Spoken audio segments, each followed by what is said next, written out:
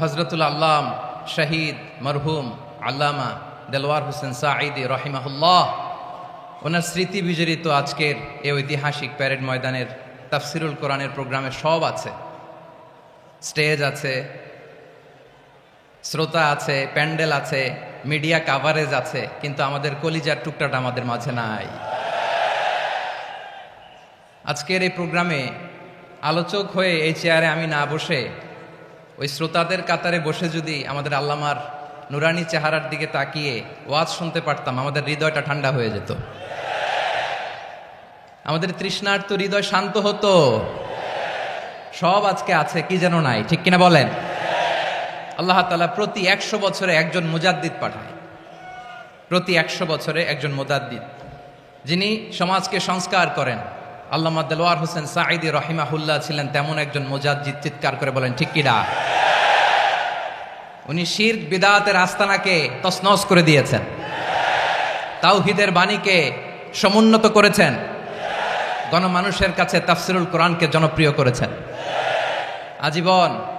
আজীবন তিনি ইসলামকে বিজয়ী শক্তি হিসেবে দেখার স্বপ্ন দেখতেন। এত প্রাঞ্জল ভাষা, এত চমৎকার আধুনিক প্রেজেন্টেশন, গণমানুষের কাছে কোরআনের তাফসিরকে এভাবে জনপ্রিয় করে তোলার মতো ব্যক্তিত্ব আল্লামা সাঈদী ছাড়া দ্বিতীয় কেউ এই বাংলার ভূখণ্ডে নাই। এই যে তাফসিরুল কোরআন, এই যে টার্মিনোলজি, এই টার্মটাই উনি আসলে জনপ্রিয় করেছেন। আমরা আগে জানতাম না যে এভাবে তাফসির করা যায়, এভাবে scientific indications of the Holi কোরআনকে মানুষের কাছে পেশ করা যায়, এভাবে এত জীবন ঘনিষ্ঠ করে, এত ইন্টারেক্টিভ করে কোরআনের কথাগুলো মানুষের কাছে উপস্থাপন করা যায়। উনি অন্যায়ের বিরুদ্ধে সবসময় সোচ্চার ছিলেন, প্রতিবাদী কণ্ঠস্বর ছিলেন। ওনার আলোচনা শুনলে দেহের রক্ত টকবক করে ফুটতে থাকতো। আল্লাহু আকবার, আল্লাহু আকবার, আল্লাহু আকবার। He was a strong mouthpiece of Islamic revivalism. Islamic জাগরণের স্ট্রং মাউথপিস ছিলেন আল্লামা সাঈদী রাহিমাহুল্লাহ। অনেক দোয়া পেয়েছেন, আমরা পড়েছি, এমন জীবন তুমি করিবে গঠন, মরণে হাসিবে তুমি, কাঁদিবে ভুবন। গোটা বিশ্বকে তিনি কাঁদিয়েছেন। আল্লামা যখন ইন্তেকাল করলেন, আমি তখন মালয়েশিয়া থেকে যুক্তরাষ্ট্রে একটা কনফারেন্সে যোগ দিতে যাচ্ছি, কাতার এয়ারলাইন্সে। মালয়েশিয়া থেকে দোহাতে নামলাম। দোহায় যখন আমার ট্রানজিট, তখন শুনতে পেলাম যে আল্লামা বিদায় নিয়েছেন। সোশ্যাল মিডিয়ায় শুনে বিশ্বাস করতে পারলাম না। মুহূর্তের মধ্যেই মাসুদ সাঈদী ভাইকে মেসেজ করলাম, উনি কোনো উত্তর দিতে পারলেন না। মাসুদ ভাইয়ের সাথে যখন কোলাকুলি করি, আমাদের শামীম ভাইয়ের সাথে যখন কোলাকুলি করি, মনে হচ্ছে আল্লামা সাঈদীর ঘ্রাণ পাই। শরীরটা লিটারালি কাঁপছিল, নিজেকে মানাতে পারছিলাম না, বিশ্বাস করতে পারছিলাম যে আসলে আল্লামা বিদায় নিয়েছেন। ইন দ্য মিন টাইম আমার সেকেন্ড ফ্লাইট, দোহা টু নিউ ইয়র্ক, 12 ঘন্টার ফ্লাইটে উঠলাম। ইন্টারনেট থেকে বিচ্ছিন্ন হলাম। নামার পরে শুনলাম আল্লাহু আকবার, যেখানে ওনাকে কবরস্থ করার কথা ছিল সেখানেও কবর দিতে দেয়া হয় নাই। ছবিগুলো দেখতে লাগলাম, হাসিমাখা মুখ, হাসিমাখা নিথর দেহটা, মরণে হাসিবে তুমি, কাঁদিবে ভুবন। From east to west, from north to south, the entire globe, গোটা বিশ্ব ওনার জন্য কেঁদেছে, গোটা বিশ্ব কেঁদেছে। কাবার গিলাফ ধরে ধরে মানুষ চিৎকার করেছে। এর চেয়ে শ্রেষ্ঠ মৃত্যুকার হতে পারে? আমাদের আল্লামার আর কি পাওয়ার ছিল বলেন? আর কি পাওয়ার ছিল? কুল্লু নাফসিন যায়িকাতুল মাউত, যারাই দুনিয়াতে আসবে তারা ইন্তেকাল করবে, এটা আমরা মেনে নেই, এটা আমরা জানি। কিন্তু অবাক করা বিষয় হচ্ছে, আমরা আজও জানি না আমাদের আল্লামার মৃত্যু কি স্বাভাবিক হয়েছে নাকি এটা পরিকল্পিত মেডিকেল কিলিং ছিল। এটা যে পরিকল্পিত মেডিকেল কিলিং ছিল, এটা ধারণা করার পেছনে অনেক কারণ আছে। তিনি আধিপত্যবাদের বিরুদ্ধে সোচ্চার ছিলেন, ফ্যাসিবাদের বিরুদ্ধে সোচ্চার ছিলেন, রাজনৈতিক প্রতিহিংসার শিকার ছিলেন। এজন্য এটা মেডিকেল কিলিং হতে পারে, এ ধারণা আমরা করতেই পারি। আওয়াজ করে বলেন ঠিক কিনা? যেই সময়টা আমরা কাটাচ্ছি, এত সুন্দর সময় বাংলাদেশ আর পাবে না। আমাদের জন্মের পর থেকে এরকম চমৎকার সময় আমরা পাই নাই। এটাই আসল সময়। আমরা ইন্টারিম গভর্নমেন্টের কাছে দাবি জানাই, উচ্চতর তদন্ত কমিটি করে এটা কি হত্যাকাণ্ড ছিল নাকি স্বাভাবিক মৃত্যু ছিল, এই রিপোর্ট গণমানুষের কাছে প্রচার করে জানাতে হবে। এই দাবির সাথে কি সবাই আপনারা একমত? কারা কারা একমত হাত তুলে দেখান।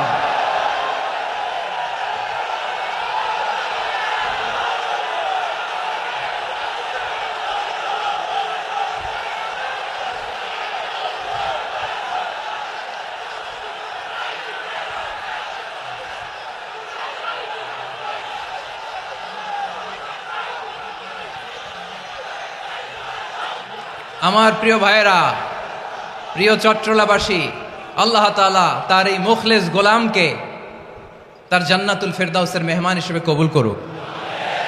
তার জীবনের সকল খেদমাগুলোকে কবুল করুক। জান্নাতুল ফেরদাউসের আলা মাকামে তাকে মেহমান হিসেবে কবুল করুক। আল্লামা শহীদ দেলোয়ার হোসেন সাঈদ রাহিমাহুল্লাহ, উনি ছাড়াও এই ঐতিহাসিক ময়দানে কথা বলেছেন আল্লামা লুৎফুর রহমান রাহিমাহুল্লাহ। চলে গিয়েছেন আমাদেরকে ছেড়ে। তিনি বলতেন, ইনশাল্লাহ মিজান আবার আসবে। হুজুর, আমি তো আসলাম, আপনি তো আমাদেরকে ছেড়ে চলে গেলেন। আল্লাহু আকবার, আল্লাহু আকবার, আল্লাহু আকবার। গলায় কোনো সুর ছিল না, সুর দিয়ে কথা বলতেন না, কিন্তু এত চমৎকার শব্দের বুনন, এত চমৎকার প্রেজেন্টেশন, এত চমৎকার ভাবে ঐতিহাসিক বর্ণনাগুলো তিনি উপস্থাপন করতেন। মন্ত্রমুগ্ধ হয়ে আমরা আল্লামা লুৎফুর রহমানের কথা শুনেছি। আমরা হযরতুল আল্লাম লুৎফুর রহমান রাহিমাহুল্লাহর জন্য এই বিশাল ময়দান থেকে দোয়া করছি, আল্লাহ তাআলা তুমি তোমার এই খাদেমকে জান্নাতের মেহমান হিসেবে কবুল করে নাও। আরো অনেক আল্লামারা এখানে কথা বলেছেন, বিশেষ করে বাইতুল শরফের মরহুম পীর সাহেব হুজুর থেকে শুরু করে আরো যারা যারা তারকাতুল্য ওলামায়ে কেরাম এই চট্টগ্রামের ময়দানে কথা বলেছেন, আলো ছড়িয়েছেন। আমরা এই লক্ষ লক্ষ তাওহীদি জনতাকে নিয়ে তাদের জন্য দোয়া করছি, আল্লাহ তাআলা ওনাদের জীবনের সকল ভুল ত্রুটি ক্ষমা করে দিয়ে তাদেরকে জান্নাতুল ফেরদাউসের মেহমান বানিয়ে নিক। আমরা এই ঐতিহাসিক প্যারেড ময়দানের প্রোগ্রাম থেকে স্মরণ করতে চাই 24-এর ছাত্র নাগরিক অভ্যুত্থানে আমার যে সমস্ত ছাত্র নাগরিক ভাইয়েরা দেহের তাজা রক্ত বিলিয়ে দিয়ে নতুন বাংলাদেশ আমাদেরকে উপহার দিয়েছে। বিশেষ করে আপনাদের এই চট্টগ্রামের শহীদ ফায়সাল, শহীদ ওয়াসিম সহ সকল শহীদকে আল্লাহ তাআলা কবুল করুক। আমরা সবাই পড়ি আমিন। প্রিয় ভাইয়েরা, আমি নগণ্য একজন কোরআনের ছাত্র, এত বিশাল মঞ্চে এত বড় প্ল্যাটফর্মে কথা বলা আমার জন্য সাজে না। তারপরও আমাদের মুরব্বীরা আমাদের ডানে বায়ে বসে আছেন, ওনাদের আদেশক্রমে, ওনাদের অনুমতিক্রমে কিছু কথা আজকের এই ঐতিহাসিক প্রোগ্রামে আপনাদের সামনে উপস্থাপন করার চেষ্টা করব। ওমা তৌফিক ইল্লা বিল্লাহ। প্রিয় ভাইয়েরা, 5 দিন ব্যাপী এই তাফসিরুল কোরআনের প্রোগ্রামে অনেক ওলামা হযরত কথা বলেছেন। যারা কোরআন সুন্নাহ থেকে আমাদেরকে কোরআনের কথাগুলো শোনালেন, আমরা যেন সেগুলো আমল করতে পারি, আল্লাহ আমাদেরকে তৌফিক দান করুক। শুরুতে আমাদের নিয়তটাকে খালেস করে নেওয়া দরকার। এই যে গ্যাদারিং, এই যে হিউজ শোডাউন, এগুলো যদি আমাদের নিজেদেরকে পরিবর্তন না করে তাহলে এতে কোনো লাভ নাই। জোরে বলেন ঠিক কিনা? এই প্রোগ্রাম যদি আমাদের জীবনকে পরিবর্তন করে, আমাদের চিন্তার ডিএনএ কে চেঞ্জ করে দেয়, তাহলেই চট্টগ্রামের প্যারেড ময়দান সার্থক। আসুন আমরা চিন্তাকে খালেস করে নেই। আমরা সবাই নিয়ত করি যে যতটুকু কথা আমরা কোরআনের আলোকে শুনবো, আমলের নিয়তে শুনবো ইনশাআল্লাহ। বলেন সবাই। আপনারা সবাই ঠিকঠাক আছেন তো? কখন আসছেন আপনারা? সবাই আসছেন কখন? সকালে, কেউ দুপুরে, 9টায়? আল্লাহ আল্লাহ আল্লাহ। দুপুরের খাবার খাওয়ার সুযোগ হয়েছিল? খান নাই? রোজা রাখছেন? আহা, আমি কি দিয়ে বিদায় দেব আমার এই ভাইগুলোরে? আল্লাহ তুমি আমার ভাইগুলোরে কবুল করো। ইসলামের পক্ষের এই গণজোয়ারকে আগামীর বাংলাদেশের ইসলামের জন্য তুমি কবুল করো। যেই ভালোবাসা ইসলামের জন্য হয়, যেই গণজোয়ার কোরআনের জন্য হয়, পৃথিবীর কোনো শক্তি দিয়ে সেটাকে আটকানো যায় না। জোরে বলেন ঠিক কিনা? এজন্য গ্রাজুয়ালি, সিস্টেম্যাটিক্যালি, মেথোডোলজিক্যালি আমাদেরকে আগাতে হবে, শুধু আবেগ দিয়ে নয়। বিবেকেরও দরকার আছে না নাই? প্রিয় ভাইয়েরা, আসুন, আমাদের কথা অনেক বেশি, সময় অনেক কম। আমরা আর কাল বিলম্ব না করে মহাবিশ্বয় মহাগ্রন্থ আল কুরআন আল কারীম থেকে কিছু কথা শুনি। আমি যেই টপিকটা নিয়ে আজকের ঐতিহাসিক চট্টগ্রামের প্যারেড ময়দানের তাফসিরুল কোরআন প্রোগ্রামে আলোচনা করব, সেটা হচ্ছে সূরাতু আন-নাহলের 90 নম্বর আয়াত নিয়ে কিছু কথা আমরা উপস্থাপন করবার চেষ্টা করব ইনশাআল্লাহ। আমার খুতবার শুরুতেই আপনারা মোটামুটি আন্দাজ করে ফেলেছেন যে আমি কি নিয়ে আলোচনা করব, কারণ যে আয়াতটি আমি তেলাওয়াত করেছি এই আয়াতটি প্রায়শই এই ভূখণ্ডে, এই বাংলাদেশে জুমার দিনে খতিব সাহেবরা দ্বিতীয় খুতবার শেষের দিকে পড়ে না? কি কমন পড়ছে? ইন্নাল্লাহা ইয়া'মুরু বিল আদলি ওয়াল ইহসান ওয়া ইতা'i যিল কুরবা ওয়া ইয়ানহা আনিল ফাহশাই ওয়াল মুনকারি ওয়াল বাগি ইয়া'iদুকুম লা'আল্লাকুম তাযাক্কারুন। মুখস্থ আছে না সবার? আসুন আমরা এই আয়াতের সরল অর্থ, এর মর্মবাণী, এর সংক্ষিপ্ত তাফসীর সবাই মিলে আজকের এই প্রোগ্রাম থেকে উদ্ধার করার চেষ্টা করি। আপনারা মনোযোগী আছেন তো? ইনশাআল্লাহ। এই আয়াতটা অনেক কম্প্রিহেন্সিভ একটা আয়াত। সাইয়েদনা আব্দুল্লাহ ইবনে মাসউদ রাদিয়াল্লাহু তাআলা আনহু উনি বলেছেন, ইন্নাহা মিন আজমাই আয়াতিল কুরআন। এটা কোরআনের সবচেয়ে জামে মানে আয়াত। যদিও ছোট্ট আয়াত, অল্প কিছু কথামালা, কিন্তু তিনি বলতেন এটা কোরআনের সবচাইতে জামে মানে সবচেয়ে কম্প্রিহেন্সিভ একটা আয়াত, যেখানে কথা কম, শব্দ কম, কিন্তু এটার দোতনা, এটার আবেদন, এটার মিনিং অনেক বেশি। সুবহানাল্লাহ। এই আয়াতে আল্লাহ তাআলা বেসিকলি আমাদেরকে তিনটা বিষয়ে আদেশ করেছেন আর তিনটা বিষয়ে বারণ করেছেন, মানে নিষেধ করেছেন। আওয়াজ করে বলুন, আদেশ করেছেন কয়টা? প্রিয় চট্টলার ভাইয়েরা, আমার মতো এই যে তিন আঙ্গুল উঁচু করে বলেন, আদেশ করেছেন কয়টা? আবার নিষেধও কয়টা?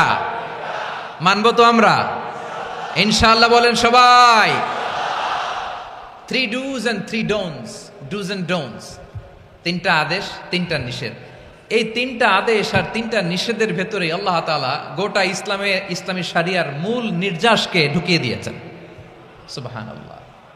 এই ছোট্ট একটা আয়াতে গোটা ইসলামী শরিয়ার, the gist, the cream of the creams, গোটা ইসলামী শরিয়ার মূল নির্যাসকে আল্লাহ ঢুকিয়ে দিয়েছেন। তিনটা আদেশ আর তিনটা নিষেধ। আসুন আমরা সরাসরি কোরআন থেকে শুনি, সবাই পড়ুন। আউযু বিল্লাহি মিনাশ শাইতানির রাজীম। বিসমিল্লাহির রাহমানির রাহিম। ইন্নাল্লাহা ইয়া'মুরু বিল আদলি ওয়াল ইহসানি ওয়া ইতা'i যিল কুরবা وينهى عن الفحشاء والمنكر والبغي يعظكم لعلكم تذكرون।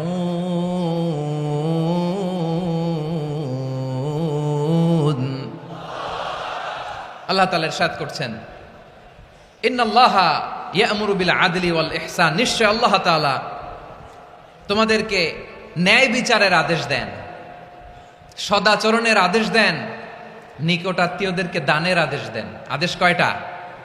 আওয়াজ করে সবাই বলুন তো কয়টা? নিশ্চয় আল্লাহ তাআলা তোমাদেরকে ন্যায় বিচারের আদেশ দেন, সদাচরণের আদেশ দেন, তিনি তোমাদের নিকটাত্মীয়দেরকে দানের আদেশ দেন, আর তিনি তোমাদেরকে অশ্লীলতা থেকে নিষেধ করেন, মন্দ কাজ থেকে নিষেধ করেন, অবাধ্যতা সীমা লঙ্ঘন থেকে নিষেধ করেন। তিনি তোমাদেরকে উপদেশ দেন যাতে তোমরা শিক্ষা গ্রহণ করো। সুবহানাল্লাহ। উপদেশ দিচ্ছে স্বয়ংকে। তিনটা জিনিসের আদেশ। ইয়া'মুরু বিল আদল,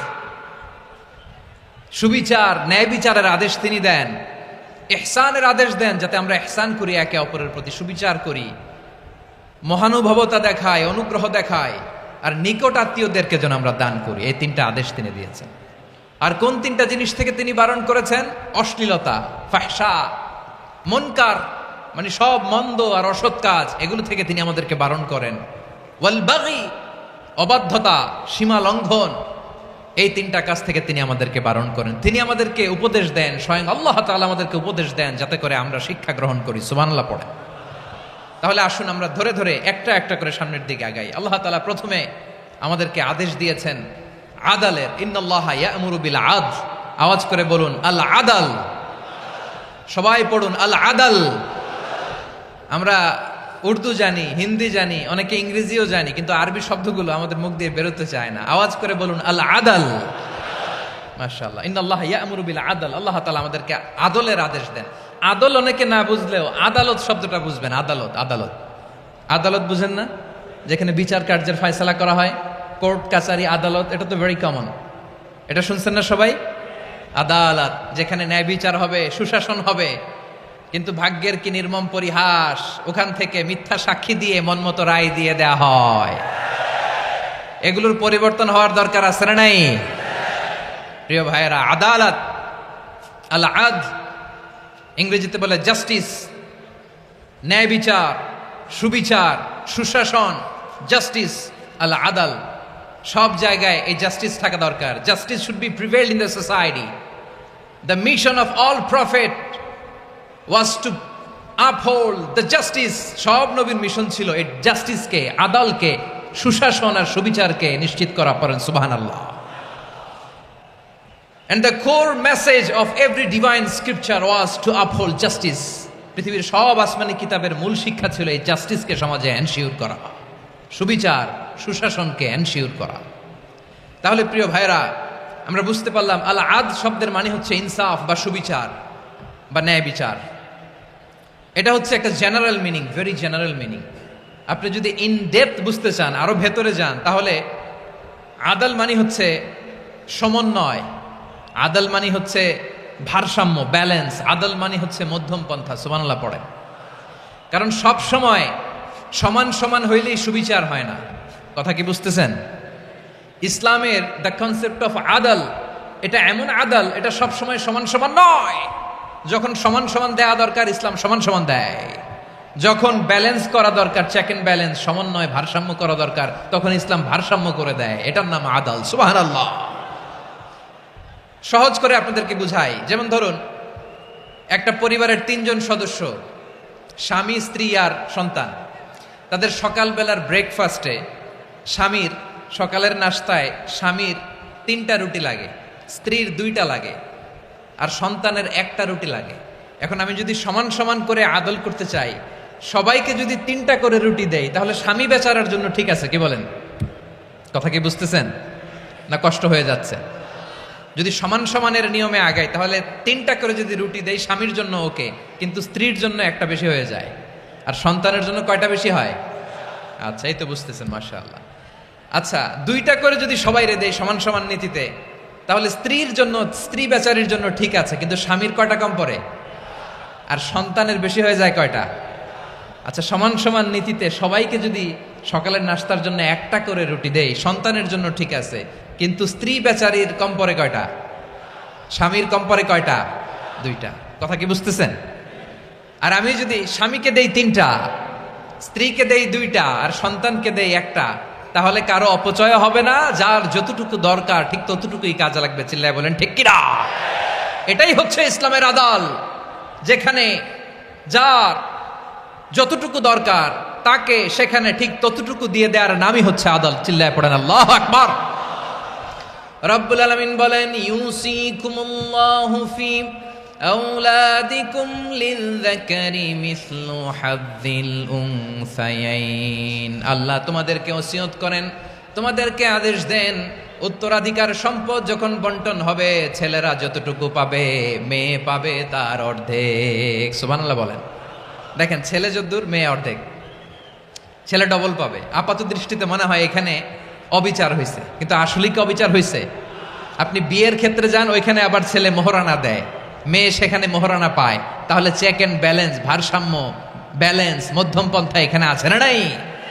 এটাই হচ্ছে ইসলামের আদল। আল্লাহ তাআলা এই আদলের আদেশ দিয়েছেন, সুবিচার, ন্যায় বিচার, সুশাসন এবং ভারসাম্যের আদেশ দিয়েছেন। প্রিয় ভাইয়েরা, একটি শান্তিময় সমাজ, একটা সমৃদ্ধ সমাজ, একটা মানবিক সমাজ যদি আমরা পেতে চাই, এই আয়াতের মধ্যে যতগুলো পয়েন্ট আছে সবগুলোর বাস্তবায়ন লাগবে।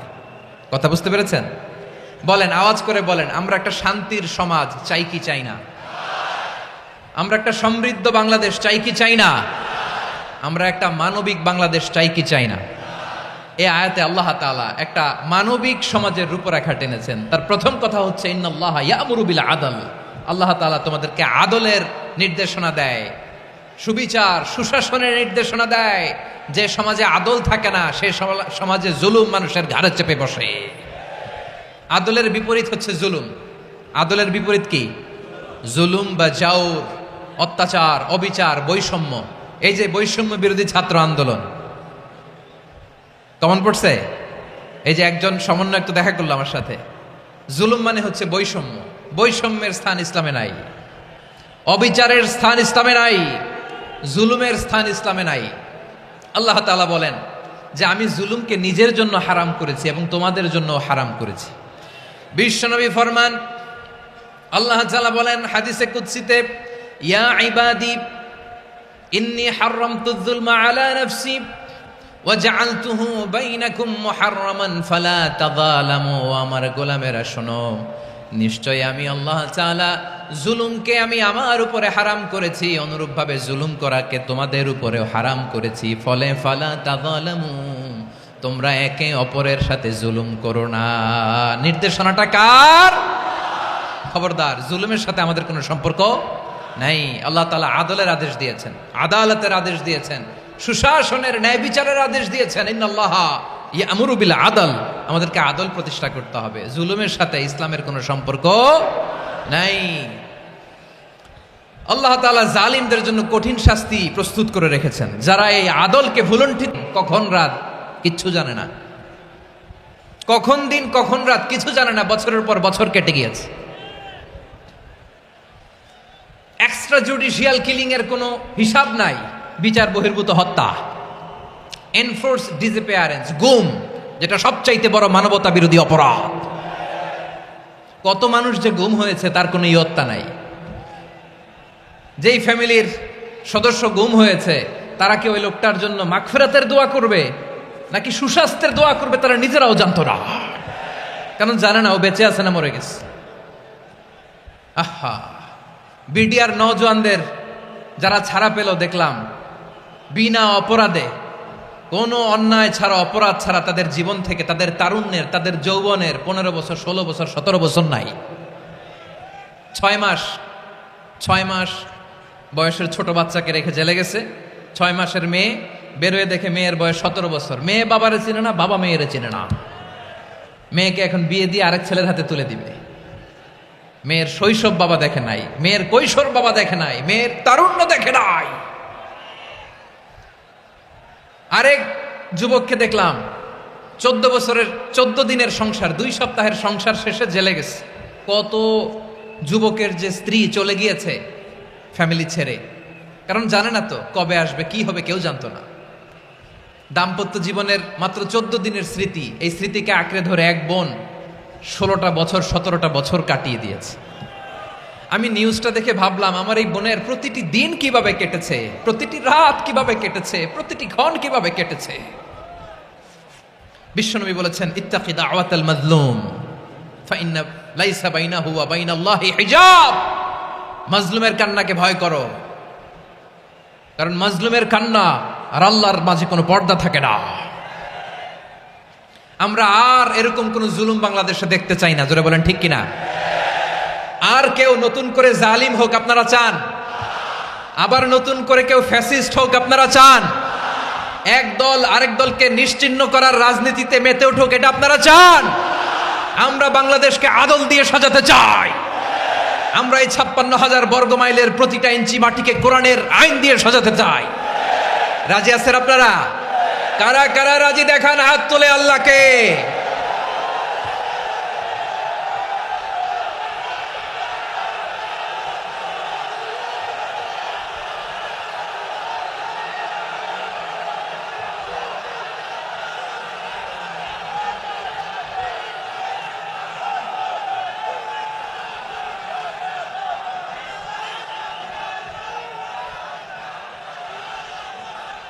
বসুন আমার প্রিয় বীর চট্টলার তৌহিদি মুসলমান, আমরা আর নতুন করে কেউ জালিম হোক এটা চাই না, নতুন করে আবার কেউ ফ্যাসিস্ট হোক আমরা চাই না, এক দল আরেক দলকে নিশ্চিহ্ন করার রাজনীতি করুক আমরা চাই না।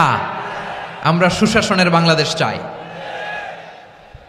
আমরা মানবিক বাংলাদেশ চাই, আমরা একটা সমৃদ্ধ বাংলাদেশ চাই, আমরা বিশ্বের বুকে সম্মান নিয়ে মাথা উঁচু করে দাঁড়াতে চাই। ঠিক কিনা বলেন? আল্লাহ বললেন, এটা যদি তোমরা চাও, একটা সমৃদ্ধ সমাজ যদি বিনির্মাণ করতে চাও, মানবিক সমাজ যদি বিনির্মাণ করতে চাও, আমি তোমাদেরকে সেজন্য প্রথমে আদালতের নির্দেশ দিলাম। ইন্নাল্লাহা ইয়া'মুরু বিল আদল, নিশ্চয় আল্লাহ তাআলা তোমাদেরকে ন্যায় বিচার সুশাসন এটার আদেশ দেন। সুবহানাল্লাহ।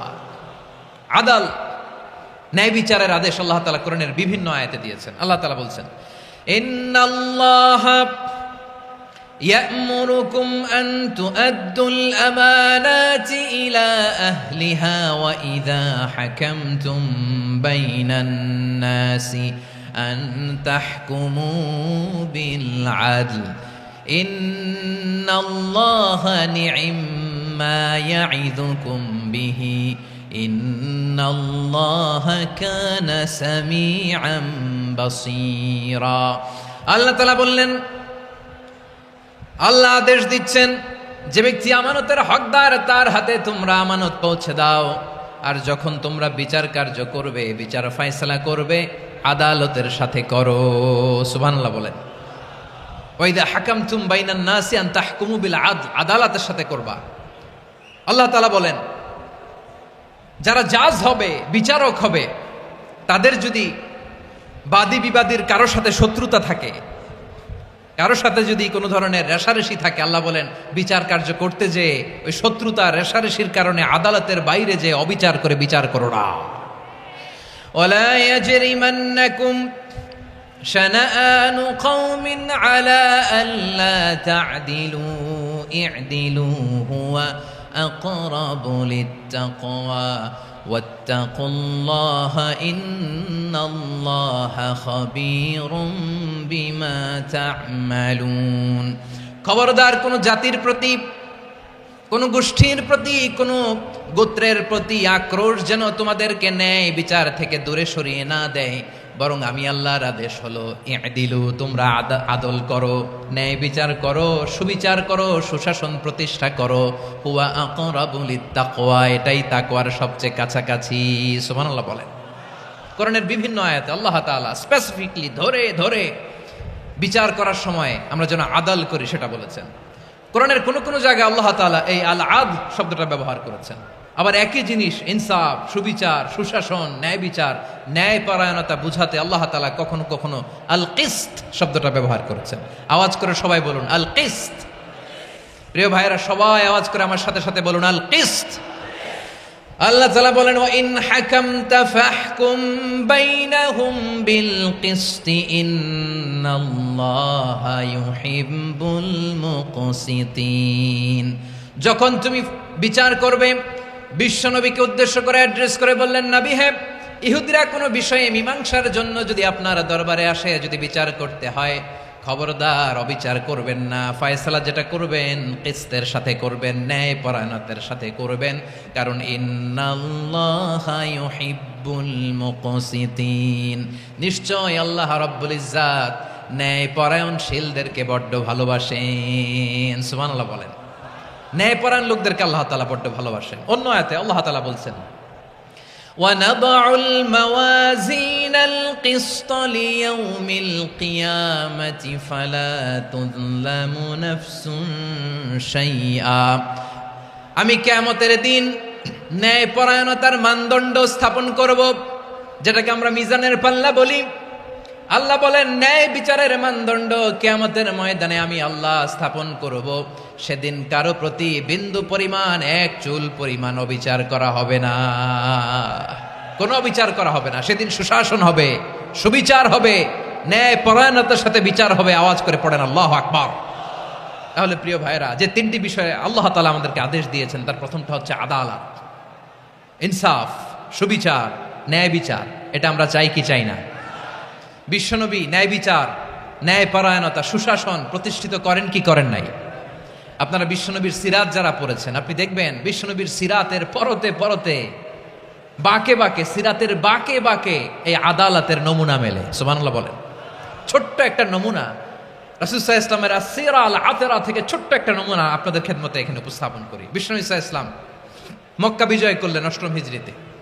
মক্কা বিজয় শেষে তিনি কয়েক সপ্তাহ মক্কাতে অবস্থান করলেন। ইন দ্য মিন টাইম মক্কার একটা ভেরি প্রেস্টিজিয়াস এন্ড ডিগনিফাইড ফ্যামিলির নারী চুরিতে ধরা পড়ল। কিসে ধরা পড়ল? সবাই বলেন কিসে? আমাদের সমাজে আসেনি এটা? আছে? ছোট না বড়? হ্যাঁ, হিসাব করে শেষ করা যায় না। ৩.৫ লাখ কোটি টাকা নাই উন্নয়ন প্রকল্পের নামে। উন্নয়ন প্রকল্পের নামে ৩.৫ লাখ কোটি টাকা নাই। 3,00,000 কোটি টাকা লিখতে পারবেন আপনি? এক টানে লিখতে পারবেন? বুঝতেছেন কত বড় সংখ্যা? হ্যাঁ, বনু মাখজুমিয়া গোত্রের এক নারী মক্কায় চুরিতে ধরা পড়ল। বলেন তো চুরি করলে বিধান কি? কি কাটতে হবে? চুরির বিধান হলো হাত কেটে দাও। তাও সেটা গোপনে নয়, প্রকাশ্যে জনসম্মুখে হাত কেটে দাও। বনু মাখজুমিয়া গোত্রের নারী যখন চুরিতে ধরা পড়লো, সাহাবারা চিন্তায় পড়ে গেলেন। সবেমাত্র মক্কার লোকেরা কালিমা পড়ে মুসলমান হয়েছে, ইসলামের আইন কানুন তেমন জানে না, ইসলামী শরিয়ার সাথে বেশি পরিচিত নয়। এখনই যদি বিশ্বনবী চুরির যেই বিধান এটা যদি কায়েম করে হাত যদি কেটে দেয়, না জানি মক্কার লোকেরা আবার বিগড়ে যায়, না জানি মক্কার লোকেরা আবার মুরতাদ হয়ে যায়, না জানি মক্কার লোকেরা ইসলাম থেকে দূরে সরে যায়। চলো চলো, সাহাবীরা মিলে পরামর্শ করলেন, চলো বিশ্বনবীর কাছে যে বলি, ও নবী, শুধু কেবলমাত্র একমাত্র এই নারীর জন্য চুরির হাত কাটার বিধানটা আপনি একটু থামিয়ে দেন। চুরির হাত কাটার যে বিধান এইখানে একটু রহিত করে দেন, বাকিগুলা কইরেন মদিনাতে যে চলবে, কিন্তু মক্কায় এবারের জন্য মাফ করে দেন। কিন্তু কে বলবে? এই যে পরামর্শ, সাজেশন, এটা কে দিবে বিশ্বনবীর কাছে? সাহাবারা চিন্তায় পড়ে গেলেন। আল্লাহর নবীর সামনে দাঁড়িয়ে আল্লাহর দেয়া হুদুদ, আল্লাহর দেয়া বিধান থামিয়ে দেওয়া, মাফ করে দেওয়া, এই কথা বিশ্বনবীর সামনে বলার সাহস তো কেউ রাখে না। কেউ কেউ বলল, বিশ্বনবীর পালক পুত্র যায়েদ বিন হারেসার সন্তান উসামারে বিশ্বনবী নাতির মতো আদর করে, বড্ড বেশি ভালোবাসে উসামারে। এজন্য সাহাবারা উসামাকে বলতো হিব্বু রাসূলিল্লাহ, বিশ্বনবীর ভালোবাসা। কি বলতো? সাহাবীরা বললেন, বিশ্বনবীর ভালোবাসা হিব্বু রাসূলিল্লাহ, উসামারে পাঠাও। উসামারে বিশ্বনবী নাতির মতো স্নেহ করে, মায়া করে, ভালোবাসে। আমরা পারবো না, উসামা পারবে। সবাই মিলে ফুলিয়ে ফুসিয়ে ওসামাকে, ছোট্ট ওসামাকে রাজি করালো। ওসামা এমন এমন কথা যে তুমি বিশ্বনবীর কাছে বলতে হবে, পারবা নাকি? ওসামা বলে, পারবো। সাইয়েদনা ওসামা রাদিয়াল্লাহু তাআলা আনহু তরুণ সাহাবী বিশ্বনবীর কাছে গেলেন, যে বললেন, নবী, বনু মাখজুমিয়া গোত্রের এক নারী চুরিতে ধরা পড়েছে, এবারের জন্য কি এই মহিলাটারে মাফ করে দিলে হয় না? এবারের জন্য একটু ক্ষমা করা যায় না নবী? বিশ্বনবী বলেন, আতাশফাউ ফি হাদ্দিম মিন হুদুদিল্লাহ, তোমার এত বড় সাহস উসামা, তুমি আল্লাহর হাত, আল্লাহর দেয়া বিধান, এটার ব্যাপারে সুপারিশ করতে এসেছো? তোমরা কি জানো তোমাদের আগে যত কওম, যত গোত্র, যত জনপদ ধ্বংস হয়েছে তার কারণ ছিল তাদের মধ্যে গরিবরা অন্যায় করলে তারা বিচার করত, আর ধনীরা অন্যায় করলে তারা মাফ করে দিত। খবরদার! ওয়া আইমুল্লাহ লাউ আন্না ফাতিমাতা বিনতি মুহাম্মাদিন সারাকাত লাকাতা মুহাম্মাদুন ইয়াদাহা। বিশ্বনবী বললেন, ওরে ওসামা, বানু মাখজুমিয়ার ওই প্রেস্টিজিয়াস এন্ড ডিগনিফাইড ফ্যামিলির মেয়ে তো দূর কি বাত, অনেক দূরের কথা। জেনে রেখো ওসামা, আমার কলিজার টুকরা, নয়নের পুটুলি ফাতেমাও যদি মক্কার জমিনে আজকে এই চুরির দায়ে ধরা পড়তো, আমি বিশ্বনবী মুহাম্মাদুর রাসূলুল্লাহ ধরে ফাতেমার ডান হাতটা কেটে দিতে এক বিলম্ব দেরি করতাম না। ইন্নাল্লাহা ইয়া'মুরু বিল আদল, আমাদেরকে জাস্টিস শিখায় পশ্চিমারা, আমাদেরকে ইনসাফ শিখায়, আমাদেরকে সুশাসন শিখায়। আর ইনসাফ, সুশাসন, ন্যায় বিচার, সুবিচার, জাস্টিস কারে বলে বিশ্বনবীর বায়োগ্রাফি থেকে জেনে নাও। এই ছিল বিশ্বনবী ইসলামের আদালতের নমুনা। আপনি যদি সাইয়েদনা ওমর ফারুকের জীবনের দিকে তাকান, এমন কঠোর, এমন বীর সেনানী ছিলেন। সাইয়েদনা ওমর ফারুক যদি রাস্তার এই মাথা দিয়ে হাঁটা শুরু করতেন, শয়তান ওমর ফারুককে দেখলে ওই রাস্তা রেখে দিয়ে অন্য রাস্তা দিয়ে হাঁটতো। সুবহানাল্লাহ। ওমর ফারুক রাদিয়াল্লাহু তাআলা আনহু কি পার্সোনালিটি ছিল, কি পার্সোনালিটি! আমাদের এলাকায় ছোট বাচ্চারা রাতে ভাত খেতে চায় না, আমার মেয়েটাও খেতে চায় না। এই এটা দিব, ওইটা দিব, আজকে মাহফিলে আসার সময় বলে দিছে লিস্ট করে এটা এটা আনতে হবে। তো ছোট্ট বাচ্চাদের অনেক বায়না থাকে, ওরা রাতে খেতে চায় না। তো মায়েরা বিভিন্ন ভয় দেখায়, এই বাঘ আসবে, বাঘ আসবে খাও, এই ভূত আসবে, ভূত আসবে খাও। আপনারা কি বলেন চট্টগ্রামে? কি আসবে? হ্যাঁ, ভূত, ভূত, ভূত আসবে, বাঘ আসবে, খাও খাও খাও, তাড়াতাড়ি খাও। তো বাচ্চারা এগুলো শুনে ভয়ে খেতে শুরু করে।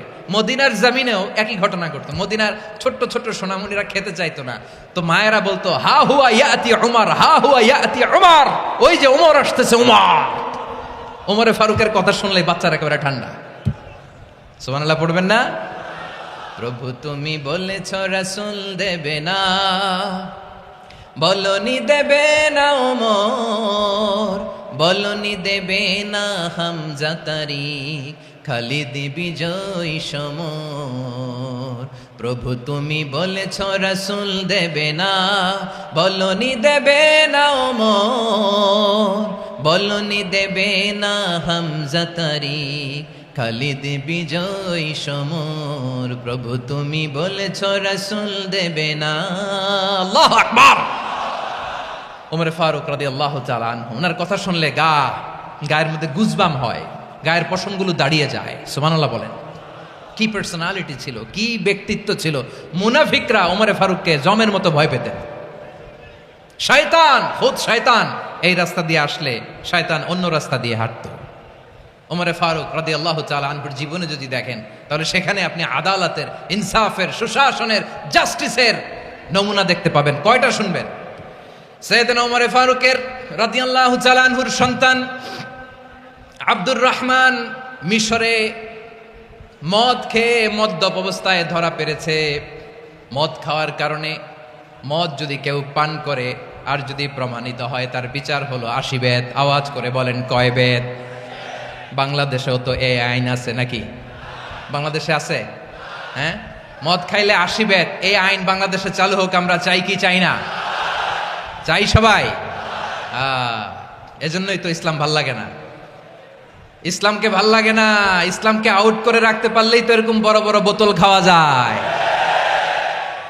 একেবারে সহজ, পানির মতো সহজ হিসাব, একেবারে সহজ। ওমর ফারুক রাদিয়াল্লাহু তাআলা আনহুর ছেলে ভুল করে মদ পান করে ফেলেছিলেন। আব্দুর রহমান, ঘটনা ঘটেছে মিশরে। মিশরের গভর্নর তখন আমর ইবনুল আস রাদিয়াল্লাহু তাআলা আনহু। আব্দুর রহমানের ভাই যে গভর্নরকে বলল, গভর্নর যদি একটু দয়া করেন, খলিফার ছেলে আমার ভাই আব্দুর রহমান মদ্যপ অবস্থায় ধরা পড়েছে, জনসম্মুখে যদি আপনি বেত্রাঘাত করেন আমাদের প্রেস্টিজ থাকে না। যদি 80 বেত আপনি মারেন আমার কোনো কথা নাই, কিন্তু ঘরের ভেতরে মারেন।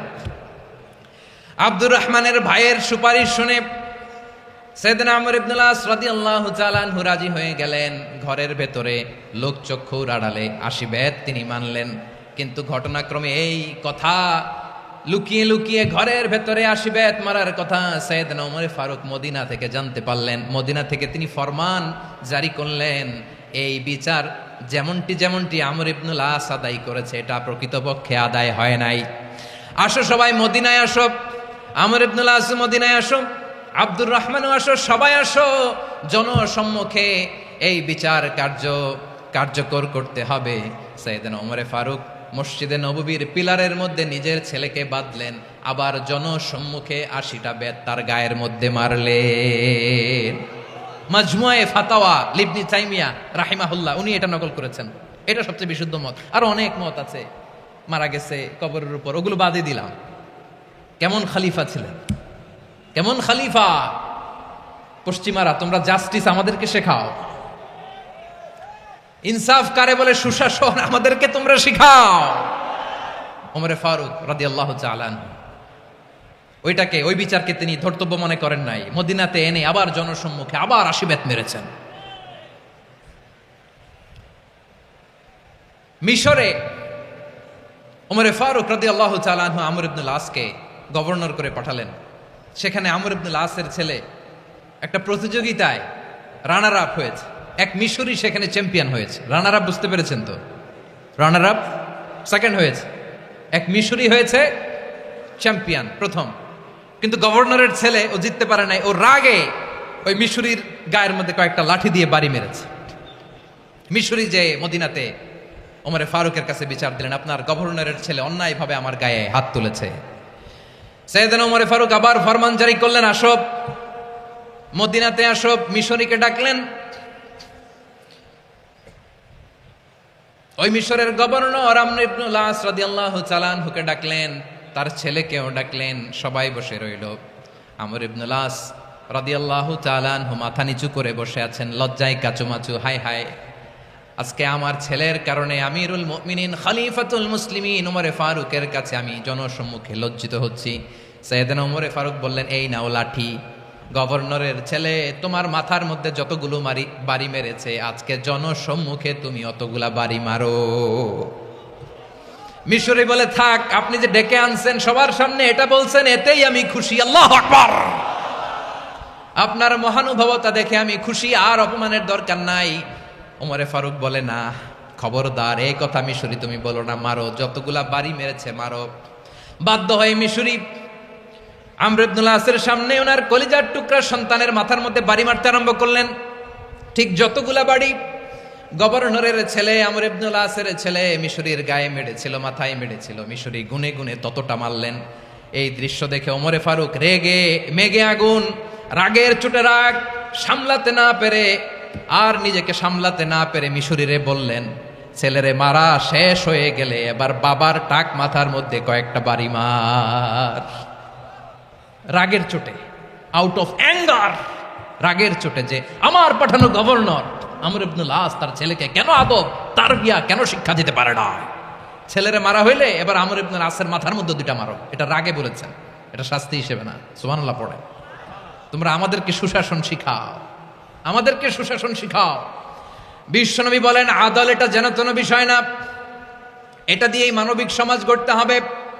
আল্লাহ তাআলা কিয়ামতের কঠিন ময়দানে, যেদিন স্বামী স্ত্রীকে চিনবে না, স্ত্রী স্বামীকে দেখে পালিয়ে যাবে, বন্ধু বন্ধুরে চিনবে না, পীর সাহেব মুরিদরে চিনবে না, মুরিদ পীর সাহেবরে চিনবে না, দলের কর্মী তার নেতারে চিনবে না, নেতা তার কর্মীরে চিনবে না, বন্ধু বন্ধুরে দেখে পালাবে। এই কঠিন মুহূর্তে সূর্যটা মাথার কাছে চলে আসবে, জমিনটা তামার জমিন হবে, আজকের জমিনের মতো নয়।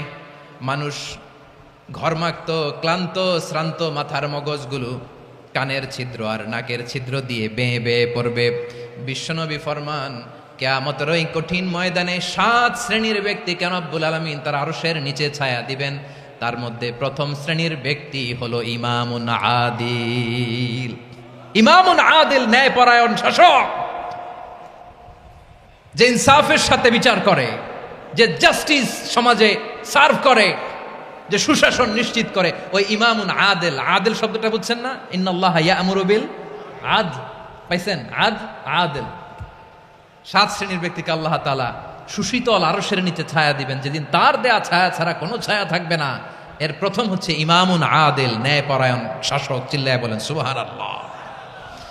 আবার বিশ্বনবী বললেন, ইন্নাল মুকসিতিনা ইনদাল্লাহি আলা মানাবিরা মিন নূর আন ইয়ামিনির রহমান। কিয়ামতের দিন যারা ন্যায়পরায়ণ হিসেবে আল্লাহর সামনে দাঁড়াবে, কিয়ামতের দিন রব্বুল আলামিন তার আরশের ডান দিকে ওই ন্যায়পরায়ণ লোকদের জন্য আরশের ডান দিকে একটা নূরের মিম্বারে তাদেরকে বসার সুযোগ করে দিবে। আল্লাহর আরশের ডান দিকে ন্যায়পরায়ণ লোকদের জন্য আল্লাহ তাআলা নূরের মিম্বার বানাবে। 4 ঠিকানে কথা মনে করেছেন? আল আদাল, জাস্টিস। ইন্নাল্লাহা ইয়া'মুরু বিল আদল। আল্লাহ তাআলা এই আদালতের নির্দেশনা দেয়, সুবিচার, সুশাসন। প্রিয় ভাইয়েরা, এটা আমরা বাংলাদেশে চাই কি চাই না? এই যে অরাজকতা, এই যে অন্যায়, এই যে জুলুম, এই যে ইনকনসিস্টেন্সি, সমাজের অসঙ্গতির প্রধান কারণ জাস্টিস নাই, সুবিচার নাই, সুশাসন নাই। শেষবারের মতো আওয়াজ করে বলেন তো, আমরা বাংলাদেশে আদল চাই কি চাই না? তাহলে প্রথম নির্দেশনা শেষ। আল্লাহ তাআলা তোমাদেরকে আদলের আদেশ দেন। এরপরে আল্লাহ বললেন, আমি তোমাদেরকে ইহসানের আদেশ দেই। ইন্নাল্লাহা ইয়া'মুরু বিল আদলি ওয়াল ইহসান। আমি তোমাদেরকে যেমনি আদলের নির্দেশনা দেই, তেমনি ভাবে তোমাদেরকে ইহসানের নির্দেশনা দেই। ইহসান, আওয়াজ করে সবাই বলেন তো ইহসান। সবাই বলেননি, সবাই বললে এতটুকু আওয়াজ হবে আমি বিশ্বাস করি না। আওয়াজ করে বলুন আল ইহসান। ইহসান মানে কারো প্রতি সফট হার্টেড হওয়া, মহানুভব হওয়া, অনুগ্রহ পরায়ণ হওয়া, অনুগ্রহশীল হওয়া, একে অপরের প্রতি দয়াদ্র হওয়া। একে অপরের প্রতি দয়াদ্র, অনুগ্রহশীল হওয়া ছাড়া মানবিক সমাজ কশিনকালেও গঠন করা সম্ভব না। প্রিয় ভাইয়েরা, সুন্দর আচরণ দিয়ে, ইহসান দিয়ে যা জয় করা যায়, নরম আচরণ দিয়ে যেটা অর্জন করা যায়, কঠোরতা দিয়ে সেটা পারা যায় না। বিষ্ণু ঈসা ইসলাম ইহসান দিয়ে, কোমল আচরণ দিয়ে, তার অনুগ্রহ দিয়ে তিনি অনেক কাফিরের হৃদয়কে জয় করে ফেলেছেন। সাইয়েদনা সুমামা ইবনে উসাল রাদিয়াল্লাহু তাআলা আনহুর কথা মনে পড়ে যায়। তিনি ছিলেন ইয়ামামার বাদশা। মদিনাতে বিশ্বনবীকে হত্যা করার নিয়তে এসেছিলেন। গোপনে গোপনে বিশ্বনবীকে হত্যা করে আবার ইয়ামামাতে তিনি ফিরে যাবেন। কিন্তু কি অবাক করা কাণ্ড, হত্যা করতে পারে নাই, সাহাবাদের হাতে তিনি ধরা পড়ে গেলেন। সাইয়েদনা সুমামা ইবনে উসাল রাদিয়াল্লাহু তাআলা আনহু হত্যার নিয়তে আসলেন, কিন্তু হত্যা করতে পারলেন না। সাহাবারা ওনাকে ধরে ফেললেন, ধরে মসজিদে নববীর পিলারের মধ্যে বেঁধে রাখলেন। সুমামা ইবনে উসাল, সিরাত থেকে শুনে, সিরাত থেকে শোনাচ্ছি, রাদিয়াল্লাহু তাআলা আনহু ইয়ামামার অধিপতি ছিলেন। ইয়ামামা বিশ্বনবীকে হত্যার জন্য আসছেন, ধরা পড়ে গেছেন, এখন মসজিদে নববীতে বেঁধে রাখছে, তার মানে বন্দী। তো এখন স্ট্যাটাস কি? বন্দী, ক্যাপটিভ। তো বিশ্বনবী সাল্লাল্লাহু আলাইহি ওয়াসাল্লাম সাহাবাদেরকে বললেন, তার খোঁজ খবর নিও, সুমামা ইবনে উসালের খোঁজ খবর নিও। সাহাবারা বলেন, ইয়া রাসূলুল্লাহ, আপনাকে হত্যা করতে এসেছে, তার তো কঠিন ক্যাপিটাল পানিশমেন্ট হওয়া দরকার, কঠিন শাস্তি হওয়া দরকার। বিশ্বনবী বললেন, না, আমি যেটা জানি তোমরা সেটা জানো না, তোমরা সুমামার সাথে ভালো আচরণ করো। বিশ্বনবী সুমামার কাছে গেলেন। প্রথম দিন যে তিনি কালেমার দাওয়াত দিলেন, ইমানের দাওয়াত দিলেন, ইসলামের দাওয়াত দিলেন, রিসালাতের দাওয়াত দিলেন, আখিরাতের দাওয়াত দিলেন। পরের দিন যে বিশ্বনবী সালাতের দাওয়াত দিলেন, যাকাতের দাওয়াত দিলেন, ইসলাম কি, কিভাবে, কেমন করে পালন করতে হয় চমৎকার আর্টিকুলেট করতে শুরু করলেন। তন্ময় হয়ে সুমামা ইবনে উসাল রাদিয়াল্লাহু তাআলা আনহু বিশ্বনবীর কথাগুলো শুনতে আরম্ভ করলো। একদিন নয়, 2 দিন নয়, টানা 3 দিন বিশ্বনবী সুমামার কাছে ইসলামকে প্রেজেন্ট করেছেন, উপস্থাপন করেছেন। আওয়াজ করে বলেন, কয় দিন? 3 দিন। 3 দিন মসজিদে নববীতে বাঁধা। আর সাহাবীদেরকে বললেন, তার খোঁজ খবর নিও, তোমরা যে রুটি বানাও এর মধ্যে সবচেয়ে ভালো আটার রুটিটা তারে দিও, সবচেয়ে রিফাইন্ড খেজুর, যেটা পিওর খেজুর, এটা তারে দিও। আর বিশ্বনবী নিজের উট থেকে দুধ দহন করে ওনার বাড়ির এক কর্মচারীকে বলেছেন, দুধ দহন করে সুমামার জন্য নিয়ে যেও। সুবহানাল্লাহ পড়বেন না? সবাই তো অবাক, ইয়ামামা থেকে আসছে নবীকে হত্যা করতে, বিশ্বনবী দেখে তারে জামাই আদর করে, তাকে মজার মজার খাবার দিও, দুধ দিও, আদর আপ্যায়ন করো। 1 দিন নয়, 2 দিন নয়, টানা 3 দিন বিশ্বনবী এভাবে সুমামার কাছে যে ইসলামকে প্রেজেন্ট করতে আরম্ভ করলেন, ইসলামকে উপস্থাপন করতে শুরু করলেন। আর তাকে চমৎকার এন্টারটেইনমেন্ট, আপ্যায়ন দিতে আরম্ভ করলেন। টানা 3 দিন যখন ইসলামের দ্য বিউটিজ অফ ইসলাম, ইসলামের সুমহান বাণী, সৌন্দর্য তার কাছে উপস্থাপন শেষ, তাকে আপ্যায়ন শেষ, বিশ্বনবী বললেন সাহাবাদেরকে, যাও এবার সুমামার হাতের পায়ের রশি দুটো খুলে দাও। তারা বললেন, ইয়া রাসূলুল্লাহ, কি বলেন আপনি? ও তো হত্যাকারী, সুযোগ পায় নাই, আপনারে মারতে পারে নাই, ছেড়ে দিলে আবারও আপনার উপর তলোয়ার নিয়ে ঝাঁপিয়ে পড়বে। নবী, এই সিদ্ধান্ত আপনি নিতে যাবেন না। বিশ্বনবী বললেন, যেটা বলেছি সেটা করো, সুমামার রশিগুলো ছেড়ে দাও, সুমামার হাতে পায়ের রশিগুলো যে তোমরা খুলে দাও। সাহাবারা তর্ক জুড়ে দিলেন, লা ইয়া রাসূলুল্লাহ, এমনটা করবেন না, তো ভয়ঙ্কর, ভয়ঙ্কর খুনি, কি জানি কি হয়ে যায়। বিশ্বনবী বললেন, না, তার হাতে পায়ের রশিগুলো খুলে দাও। সাহাবারা বিশ্বনবীর কথা মতো তার হাতে পায়ের রশিগুলো খুলে দিল। সুমামা মুহূর্তের মধ্যে মসজিদে নববী থেকে বের হয়ে ইয়ামামায় ফিরে না যে মসজিদে নববীর পাশে একটা খেজুর বাগান ছিল, সেখানে চলে গেলেন। সেখানে একটা ছোট্ট কুয়া ছিল, কুয়ার পানি দিয়ে তিনি গোসল করলেন। সুবহানাল্লাহ পড়েন। কুয়ার পানি দিয়ে গোসল করে মসজিদে নববীর সামনে এসে বিশ্বনবী এবং সাহাবাদের সামনে দাঁড়িয়ে সাব্বাবা উঁচু করে বললেন, আশহাদু আল্লা ইলাহা ইল্লাল্লাহ ওয়া আশহাদু আন্না মুহাম্মাদান আবদুহু ওয়া রাসূলুহু। আল্লাহু আকবার। আমি সাক্ষ্য দিচ্ছি আল্লাহ ছাড়া কোনো ইলাহ নাই, আর মুহাম্মদ আল্লাহ তাআলার প্রেরিত বান্দা এবং রাসূল। প্রিয় ভাইয়েরা, ইহসান দিয়ে যা জয় করা যায়, কঠোরতা দিয়ে সেটা কঠিনকালেও জয় করা যায় না। আওয়াজ করে বলেন, ঠিক কি না? এবার সুমামা দাঁড়িয়ে বলে, ওগো নবী, আমি তো কালিমা পড়ে মুসলমান হয়ে গেলাম, এবার শোনেন, এই মুহূর্তের আগে আপনার চেহারার চাইতে নিকৃষ্ট কোনো চেহারা আমার কাছে ছিল না, কিন্তু শাহাদা পাঠ করার পরে আপনার চেহারার চাইতে উত্তম শ্রেষ্ঠ কোনো চেহারা আমার কাছে আর নাই। ও নবী, আজকের দিনের আগে ইসলাম ধর্মের চেয়ে নিকৃষ্ট অপছন্দনীয় কোনো ধর্ম আমার কাছে ছিল না, কিন্তু এই মুহূর্ত থেকে ইসলামের চেয়ে সেরা শ্রেষ্ঠ পছন্দনীয় কোনো ধর্ম আমার কাছে নাই। নবী গো, আজকের দিনের আগে মদিনার চাইতে অপছন্দনীয় নিকৃষ্ট কোনো শহর আমার কাছে ছিল না, কিন্তু এই মুহূর্তের পর থেকে মদিনার চাইতে কোনো শ্রেষ্ঠ শহর আমার জানা নাই। সে ছিল গমের বড় ডিলার, গম বেচতো। কি বেচতো?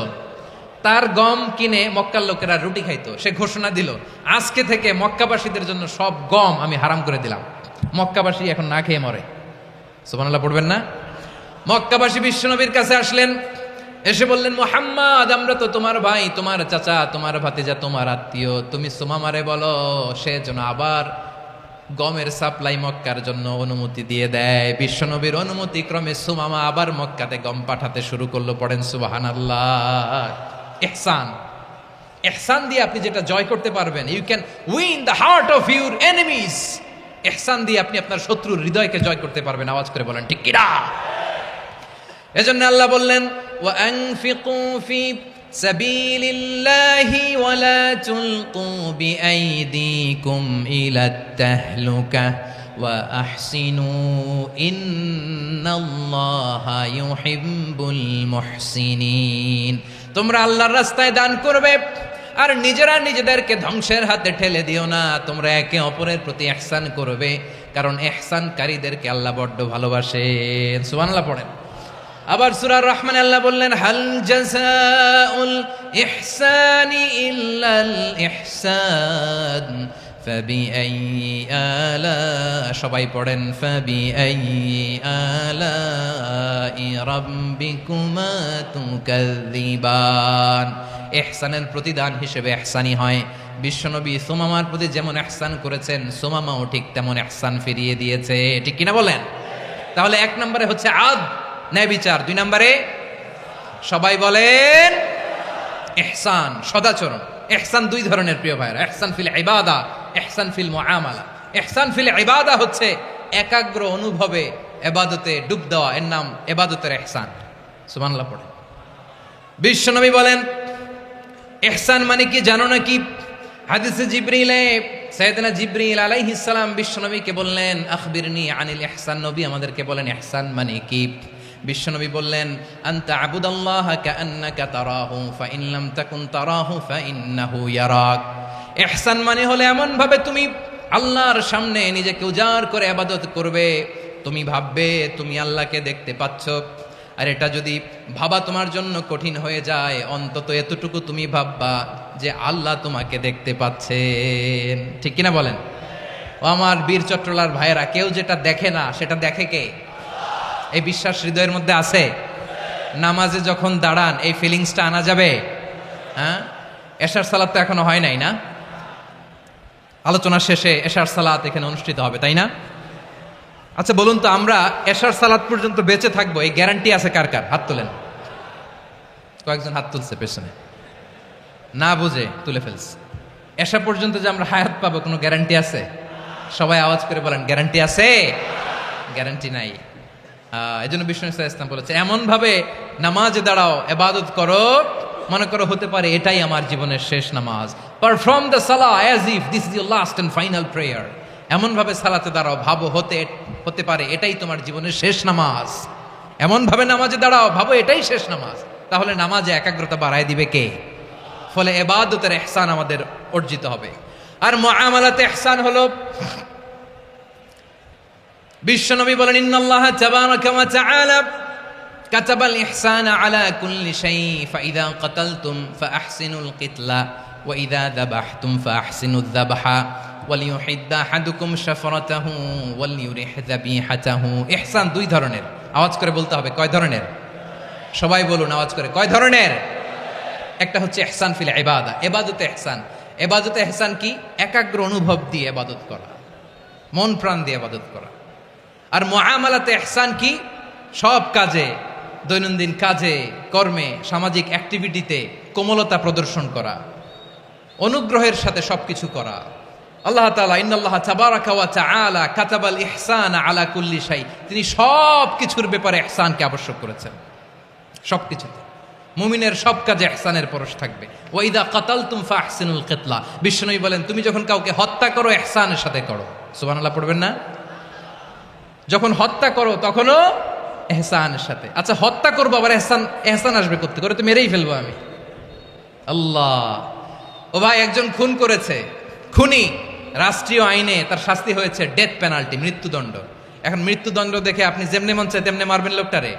ওর নাক কেটে ফেলতে পারবেন? ওর কান কাটতে পারবেন? ওর চোখ উপড়ে ফেলতে পারবেন আপনি?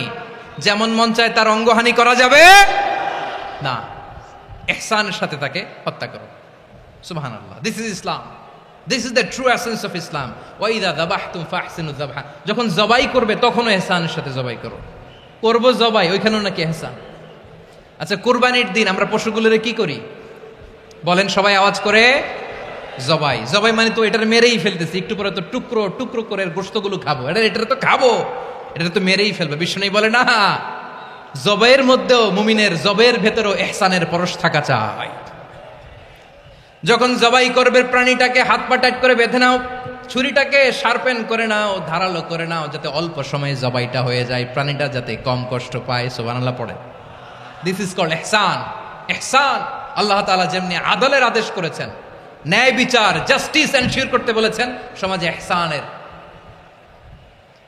ব্যবহার, ইহসানের অনুশীলন তিনি করতে বলেছেন। এজন্য মুমিনের প্রতিটি কাজে, আমার চট্টগ্রামের ভাইয়েরা আমার দিকে তাকান, খেয়াল করে শুনুন, মুমিন জীবনের প্রতিটি কাজে ইহসানের পরশ থাকা চাই। আমরা যেন আমাদের পরিবারের প্রতি ইহসান করি, আমরা যেন আমাদের কর্মচারীদের প্রতি ইহসান করি, আমরা যেন আমাদের কলিগদের প্রতি ইহসান করি, আমরা যেন আমাদের ভাইদের প্রতি ইহসান করি। মুমিন জীবনের প্রতি কাজে ইহসানের পরশ থাকার দরকার আছে না নাই? কথা বুঝতে পেরেছেন? তাহলে আল্লাহ তাআলার তিনটা আদেশ ছিল, কয়টা গেল? ভুলে গেছে, ভুলে গেছে চট্টগ্রাম। তিনটা আদেশের মধ্যে কয়টা বললাম? প্রথমে কি ছিল? আদল। 2 নম্বরে, 3 নম্বরে রব্বুল আলামিন বললেন ওয়া ইতা ইদিল কুরবা, নিকটাত্মীয়দেরকে দান করো। নিকটাত্মীয়দেরকে দাও, যারা তোমাদের ব্লাড কানেকশনের আত্মীয় তাদেরকে তোমরা দাও। এখানে জেনারেলি বললেন দাও, কি দিব সেটা তিনি এখানে বলেন নাই, সেটা তিনি সূরাতুল ইসরার মধ্যে বলেছেন। আল্লাহ বলেন ওয়া আতিযাল কুরবা হাক্কাহ, নিকটাত্মীয়দেরকে তাদের অধিকার, তাদের প্রাপ্য তোমরা বুঝিয়ে দাও। দেখেন, একটা শান্তির সমাজ, একটা সমৃদ্ধ সমাজ, একটা মানবিক সমাজ গঠনের জন্য আল্লাহ তাআলা বেশি না, মাত্র 3টা অর্ডার, 3টা ভার্ডিক্ট তিনি জারি করেছেন। 1 নাম্বার সুশাসন, ন্যায় বিচার। 2 নাম্বার ইহসান। 3 নাম্বার নিকটাত্মীয়, যারা কাছের, তোমার ভেরি ক্লোজ রিলেশনশিপে আছে, তাদেরকে দাও। দাও, দিলে বাড়িয়ে দেয় কে? অনেকে দিতে চায় না, কৃপণতা করে। দিলে বাড়ায় দেয় কে? ও মিয়া, মদিনার মধ্যে সবচাইতে গরিব সাহাবী ছিল বেলাল রাদিয়াল্লাহু তাআলা আনহু। ওনার এন্টায়ার অ্যাসেট, সম্পদের পরিমাণ কতদূর জানেন? একটা লুঙ্গি। বেলাল রাদিয়াল্লাহু তাআলা আনহু, ওনার টোটাল ওয়েলথের এস্টিমেশন হচ্ছে মাত্র একটা লুঙ্গি। একটা লুঙ্গি, টোটাল ওয়েলথ এস্টিমেশন, টোটাল সম্পদের পরিমাণ বেলাল রাদিয়াল্লাহু তাআলা আনহুর কি ছিল? কথা বুঝে নাই বোধহয়, কি ছিল? ওই বেলাল রাদিয়াল্লাহু তাআলা আনহুকে বিষ্ণু ইসলাম বলেছেন আনফিক ইয়া বেলাল, ও বেলাল তুমিও দাও। ওয়ালা তাখশা মিন যিল আরশি ইখলালা, আরশের অধিপতির তো কোনো ঘাটতি নাই, তুমি দিলে ওই আল্লাহ তোমারে বাড়ায় দিবে। এজন্য আমার প্রিয় ভাইয়েরা, দিলে কমে না, দিলে বাড়ে। অনেকে ধরে রাখে, নতুন কিছু নিতে পারে না, হাত দিয়ে যেটা ধরে রেখেছেন এটা দিয়ে দেন, বড় একটা ধরার সুযোগ পাবেন। জোরে বলেন ঠিক কিনা? ধরেন 5 কেজি ওজনের একটা ধরে রাখছেন, এখন 10, এটা না ছাড়লে 10 কেজি ধরতে পারবেন আপনি? আচ্ছা 10 কেজির জিনিস একটা আছে হাতে, ওইটা যদি ছেড়ে দেন তাইলেই না 15 কেজি ধরতে পারবেন। কথা বলেন ঠিক কিনা? তাহলে দিলে বাড়িয়ে দেয় কে? রব্বুল আলামিন বললেন 3 নাম্বার আদেশ হলো তোমাদের প্রতি সমাজটারে কেমন করে মানবিক সমাজ, সুন্দর সমাজ গড়বা। 3 নাম্বার আদেশ হলো ওয়া আতিদাল কুরবা হাক্কা, নিকটাত্মীয়দেরকে তাদের প্রাপ্য বুঝিয়ে দাও। এই নিকটাত্মীয়দেরকে তাদের অধিকার বুঝিয়ে দেওয়া, প্রাপ্য বুঝিয়ে দেওয়াতে আমাদের গাফলতি আছে না নাই? চট্টগ্রামে নাই? মাশাআল্লাহ আছে, আছে। অনেকে দেখবেন অনেক আল্লাহওয়ালা, তাহাজ্জুদ গুজার, সেজদা দিতে দিতে কপালে কালো দাগ ফেলে দিছে, সে তার বোনের হকটা আদায় করে নাই। আছে না নাই? হ্যাঁ, এখানেও আছে। সর্বনাশ। অনেক বড় হাজী সাহেব, বিশাল লম্বা দাড়ি, ছেলেরে সব দিয়ে দিছে, মেয়েরে কিছু দেয় নাই, মেয়ের হক আদায় করে নাই। আছে না নাই? এই হাজী সাহেবেরা, এই আল্লাহওয়ালারা কিয়ামতের ময়দানে আটকে যাবে। আপনি অন্যের অধিকার নষ্ট করেছেন, তাদের রাইটসকে ভায়োলেট করেছেন। এজন্য আল্লাহ তাআলা বলেন, কারো অধিকার যদি কেউ নষ্ট করে, ওই সমাজটা মানবিক সমাজ কঠিনকালেও হতে পারে না। এজন্য 3 নম্বর আল্লাহ বললেন, ওয়া ইতা ইদিল কুরবা, নিকটাত্মীয়দেরকে দাও। কি দিবা? তাদের অধিকার দিয়ে দাও। বোনের অধিকার বুঝিয়ে দাও, মেয়ের অধিকার বুঝিয়ে দাও, ফুফুর অধিকার বুঝিয়ে দাও। দেখবেন অনেক মায়েরা ছেলের পাতে মুরগির রান দেয়, মেয়ের পাতে দেয় মুরগির ঠ্যাং। এরকম আছে না নাই? ছেলেরা কি দেয়? মুরগির। মেয়ের পাতে কি দেয়? তো মেয়ের কি মুরগির রান খেতে মনে চায় না? মনে চায় না?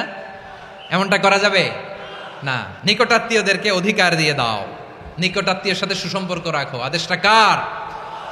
এজন্য প্রিয় ভাইয়েরা, জীবনে যদি বারাকা অর্জন করতে চান, নিকটাত্মীয়দের সাথে সুসম্পর্ক রাখতে হবে, তাদের জন্য উপহার পাঠাতে হবে। বিশ্বনবী বলেন, লা ইয়াদখুলুল জান্নাতা কাতে, যে ব্যক্তি আত্মীয়তার সম্পর্ককে ছিন্ন করে দেয়, সে কঠিনকালেও আল্লাহর জান্নাতে ঢুকবে না।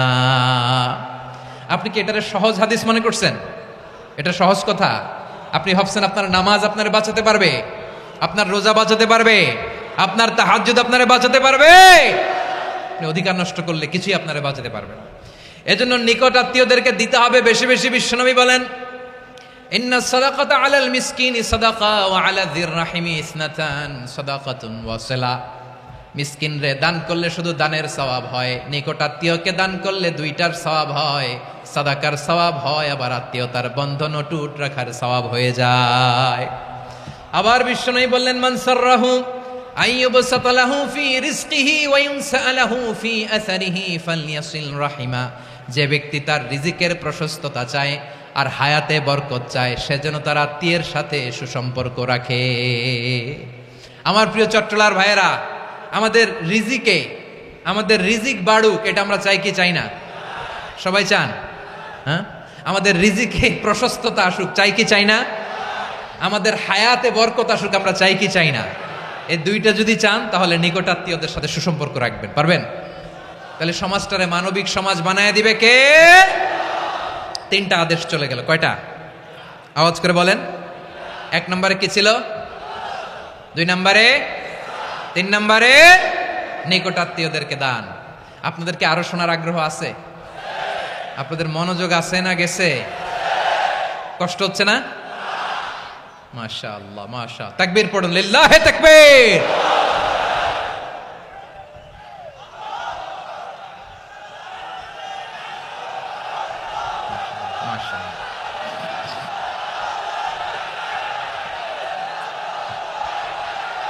আমার প্রিয় ভাইয়েরা, আল্লাহ তাআলা 3টা জিনিসের যেমনি আদেশ করেছেন, অনুরূপভাবে 3টা বিষয় তিনি বারণ করেছেন, নিষেধ করেছেন। ওগুলোর কাছেও যাওয়া যাবে। শুনবেন। রাব্বুল আলামিন বলেন, ওয়ায়ানহা আনিল ফাহশাই ওয়াল মুনকারি ওয়াল বাগি। আমি যেমনি 3টি বিষয়ে আদেশ করলাম, অনুরূপভাবে 3টি বিষয়ে বারণ করলাম, নিষেধ করলাম। আমার 1 নাম্বার নিষেধাজ্ঞা হলো অশ্লীলতার প্রতি। ফাহশা, ওয়ায়ানহা আনিল ফাহশা। আল্লাহ তাআলা অশ্লীলতাকে নিষেধ করেছেন। কোন জিনিসকে? সবাই বলুন, কোন জিনিসকে? যত ধরনের, যত টাইপের, যত ক্যাটাগরির অশ্লীলতা হতে পারে, সব অশ্লীলতাকে হারাম করেছেন কে? ফাহশা মানে কি? কথায়, কাজে, আচরণে, কমেন্ট, ফেসবুকের কমেন্টসে যত ধরনের নোংরামো আছে, যত ধরনের অশ্লীলতা আছে, এটাকে আরবিতে বলে ফাহশা। এটাকে কি বলে? রাব্বুল আলামিন বলেন, কুল ইন্নামা حرم ربي الفواحش ما ظهر منها وما بطن।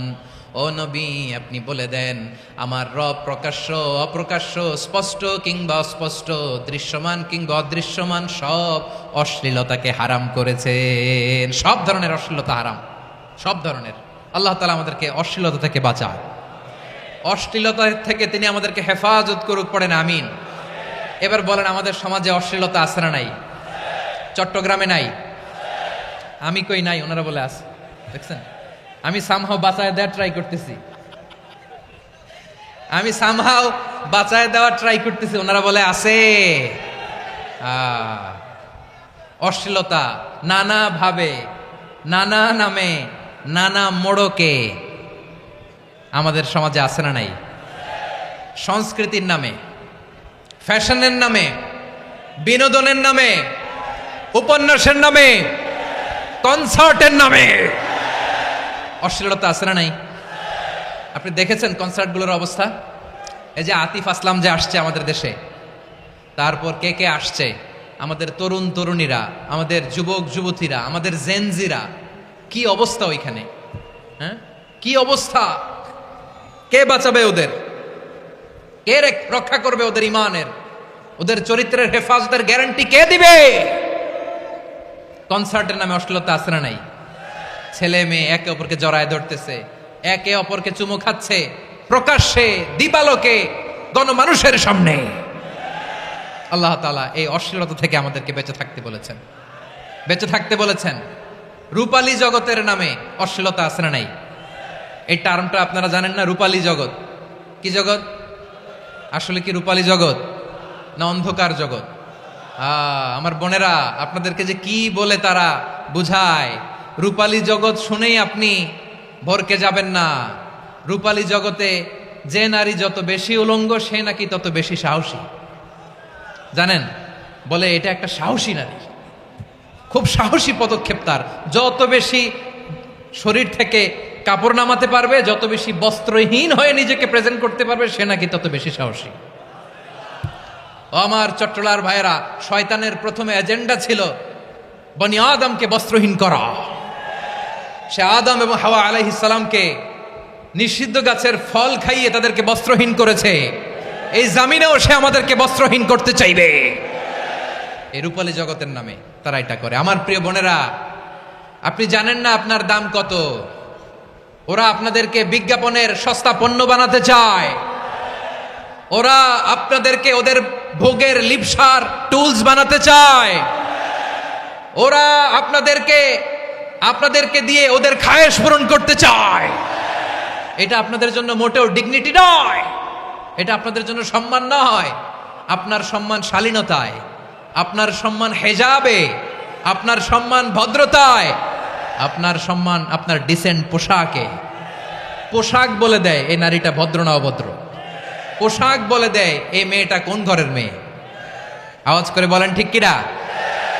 আপনি জানেন না, আপনারা সস্তা পণ্য বানায়, ভোগের পণ্য, বিলবোর্ডে আপনাকে উলঙ্গ করে উপস্থাপন করে। এই অশ্লীলতার সাথে ইসলামের কোনো সম্পর্ক। এজন্য আল্লাহ বলেন, আমি অশ্লীলতাকে হারাম করেছি। অশ্লীলতাকে হারাম করার প্রথম কারণ হলো এর মাধ্যমে মানবতাকে অপমানিত করা হয়। কারণ মানুষের সম্মান মানুষের পোশাকে। মানুষ যখন পোশাকহীন হয়ে যায়, বস্ত্রহীন হয়ে যায়, তার সম্মান কমে যায়, ঠিক কিনা? অশ্লীলতাকে হারাম করার প্রথম কারণ হচ্ছে মানুষ মানুষকে অপমান করে। একটা নারী, সে তো সম্মানিত, নারী যে কত সম্মানিত নারীর এটা বুঝেই নাই। বিশ্বনবী বলেন, আর দুনিয়া কুল্লুহা মাতা ওয়া খায়রু মাতা'আদ দুনিয়া আল মারআতুস সালিহা। আমার বোনেরা, 5টা প্যান্ডেলে আপনারা এলইডিতে আমার আলোচনা শুনছেন, আমি জানি। আপনাদের এই গর্ভ যে কত দামি আপনি জানেন না। আপনার পেট থেকেই আসবে আগামী দিনের সালাহুদ্দিন আল আইয়ুবী। আপনার পেট থেকেই আসবে অনাগত দিনের ইমাম মাহদী আল মুনতাযর। আপনার পেট থেকেই আসবে অনাগত দিনের ফয়সাল, ওয়াসিম, মুগ্ধ, আবু সাইদের মতো বীর যোদ্ধা।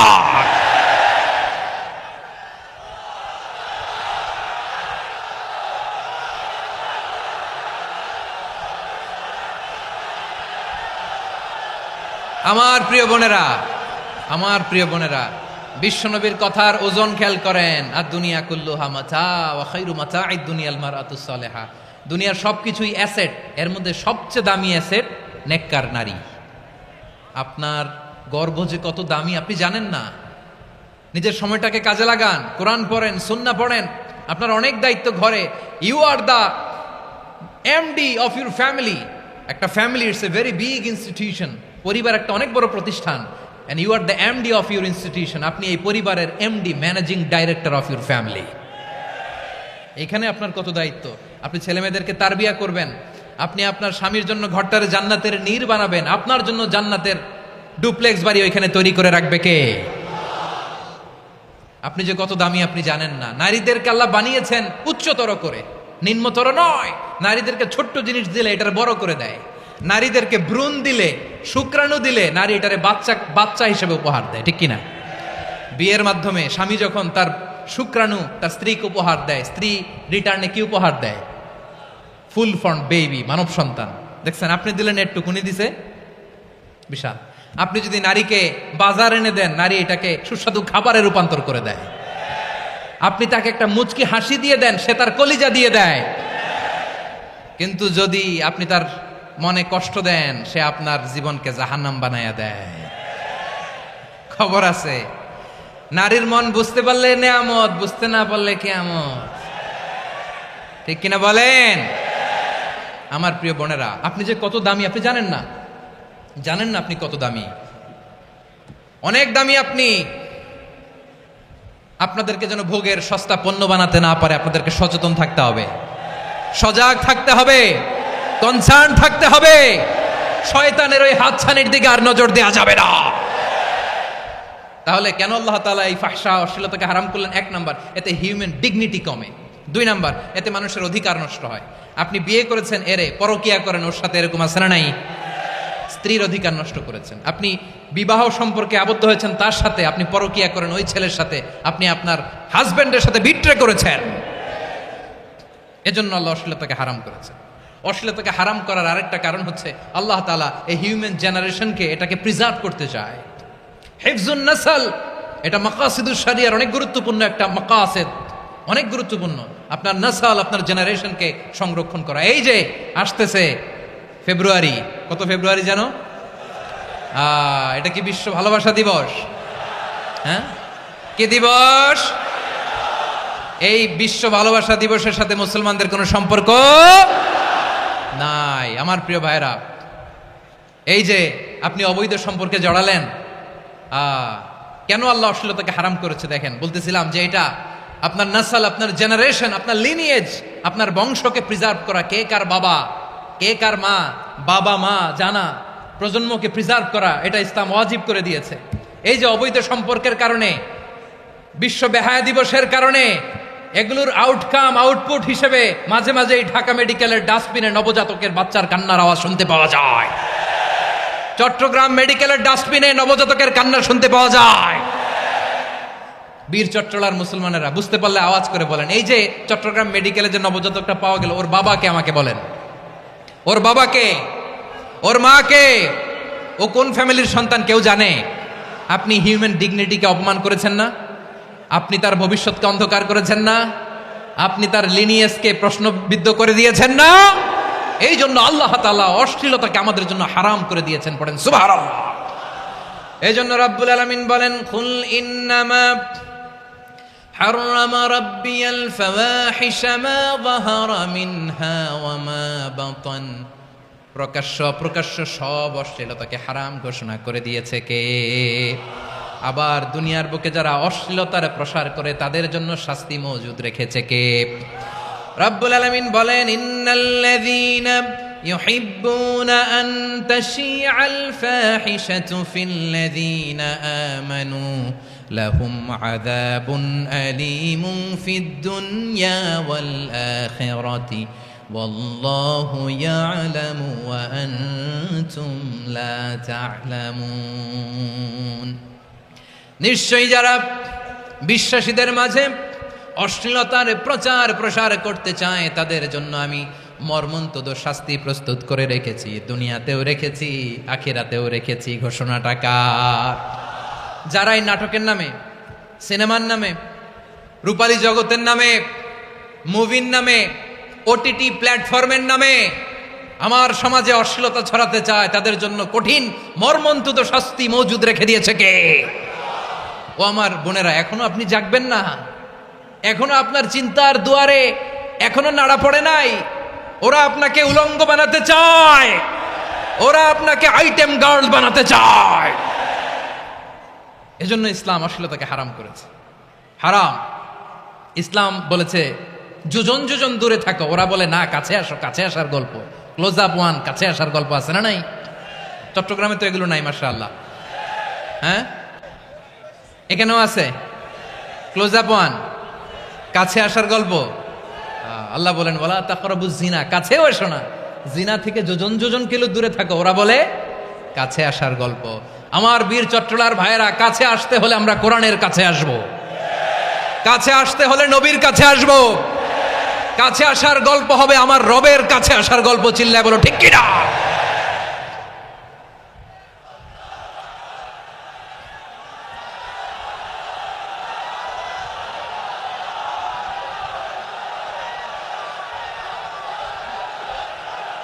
বসুন বসুন আমার ভাইয়েরা।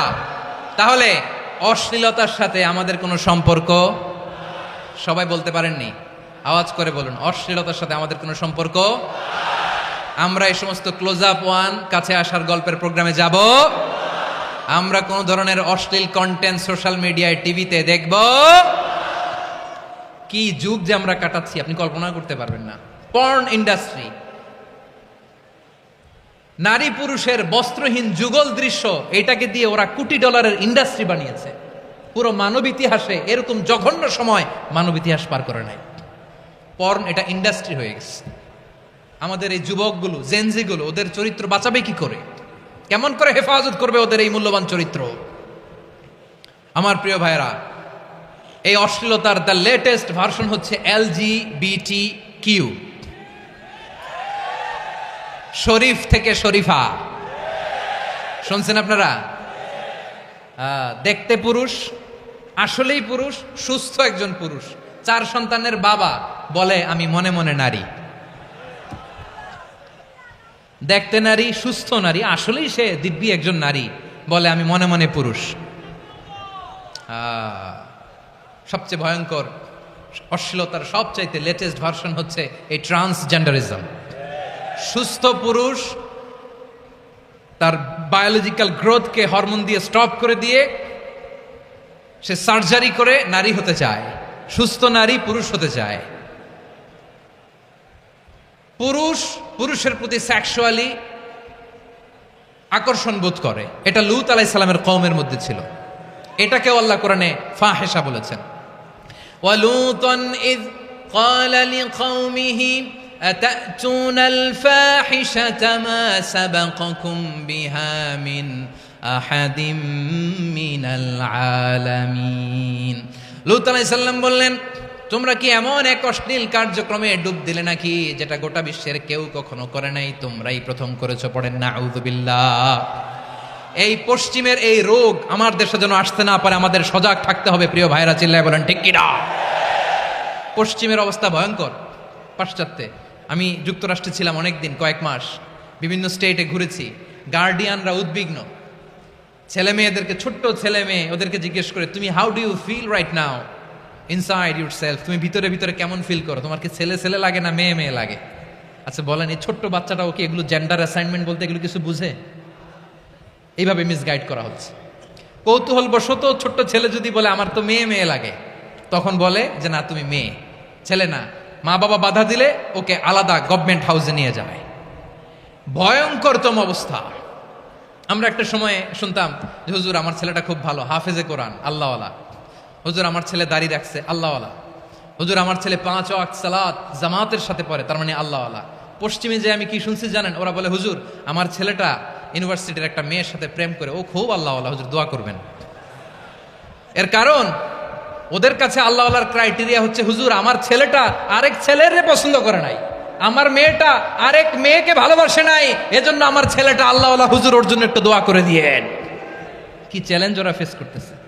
ওনার ছেলে যে আরেক ছেলেরে বিয়ে করবে না, এটাতেই উনি খুশি যে আলহামদুলিল্লাহ আমার ছেলেটা একটা মেয়েরে ভালোবাসে, আমার মেয়েটা একটা ছেলেরে ভালোবাসে, মানে এটা খুব আল্লাহওয়ালা। নাউজুবিল্লাহ পড়তে পারলেন না? এজন্য অশ্লীলতার সাথে আমাদের কোনো সম্পর্ক। রব্বুল আলামিন বলেন ওয়ায়ানহা আনিল ফাহশাই ওয়াল মুনকারি ওয়াল বাগি। 3টা জিনিসকে আমি নিষিদ্ধ করলাম। 1 নাম্বার হলো ফাহশা, অশ্লীলতা। 2 নম্বরে হলো মুনকারের সমস্ত মন্দ কাজ। আপনাদের মনোযোগ আছে না? শেষ করে দিব? আর 2-1 মিনিট শুনবেন? আচ্ছা বলি তাহলে, আর 2-1 মিনিট। তাহলে নিষেধাজ্ঞা জারি করেছেন তিনটা জিনিসের উপর। এক নাম্বার কি? ফাহশা, অশ্লীলতা। দুই নাম্বার মুনকার। মুনকার মানে হচ্ছে যত মন্দ কাজ, খারাপ কাজ, বাজে কাজ, এটার বলে মুনকার। এটার কি বলে? আপনারা পড়ছেন না, তা'মুরুনা বিল মা'রুফি ওয়া তানহাউনা আনিল মুনকার। ভালো কাজের আদেশ, সৎ কাজের আদেশ, অসৎ কাজের নিষেধ। মুনকার, মুনকার হচ্ছে মানুষের স্বাভাবিক বিবেকবোধ যেটাকে খারাপ বলে, ওইটাই মুনকার। পৃথিবীর সব আসমানি গ্রন্থ যেটাকে খারাপ বলেছে, মানুষের স্বাভাবিক বিবেকবোধ যেটাকে খারাপ বলেছে, এগুলো সব মুনকার। যেমন ইফটিজিং, এটা কি ভালো না খারাপ? মজুদদারি, খাদ্যে ভেজাল দেওয়া, ওজনে কম দেওয়া, মাছে ফরমালিন মিশানো, চাঁদাবাজি, টেন্ডারবাজি, দখলবাজি, এগুলো আমাদের স্বাভাবিক বিবেকেই বলে এগুলো খারাপ, এগুলো হচ্ছে মুনকার। আল্লাহ তাআলা এই মুনকার থেকে আমাদেরকে বেঁচে থাকতে বলেন, আর শয়তান এই মুনকারের প্রতি আমাদেরকে উদ্বুদ্ধ করে। আল্লাহ তাআলা বললেন, ইয়া আইয়ুহাল্লাযীনা আমানু লা তাত্তাবিউ খুতুওয়াতিশ শাইতান ওয়া মান ইয়াত্তাবি' খুতুওয়াতিশ শাইতানি ফাইন্নাহু ইয়া'মুরু বিল ফাহশাই ওয়াল মুনকার। আল্লাহ বললেন, ও আমার গোলামেরা শোনো শোনো, ও আমার বিশ্বাসী বান্দারা খবরদার, তোমরা কশিনকালেও শয়তানের পদাঙ্ক অনুসরণ করবে না, কারণ শয়তান তোমাদেরকে অশ্লীলতা এবং মন্দ কাজের দিকে উদ্বুদ্ধ করে। আমাদের কাজ হচ্ছে শয়তান আমাদেরকে যেদিকে নিতে চায় আমরা তার উল্টা দিকে যাব, ঠিক কিনা বলেন? শয়তান এই মন্দ কাজকে আমাদের কাছে বিউটিফাই করে, চাকচিক্যময় করে আমাদের সামনে উপস্থাপন করে। এজন্য আল্লাহ বলেন মুনকারকে থামাতে হবে, মুনকার প্রতিরোধ করতে হবে। মুনকার প্রতিরোধের দায়িত্ব শুধু আমাদের নাকি? শুধু আপনার খতিব সাহেবের, ইমাম সাহেবের, নাকি মুসলিম উম্মার সবার? আওয়াজ করে বলুন, মুনকার অসৎ কাজ প্রতিরোধের দায়িত্ব কার? রাব্বুল আলামিন বলেন, কুনতুম খায়রা উম্মাতিন উখরিজাত লিন-নাসি তা'মুরুনা বিল মা'রুফি ওয়া তানহাউনা আনিল মুনকার।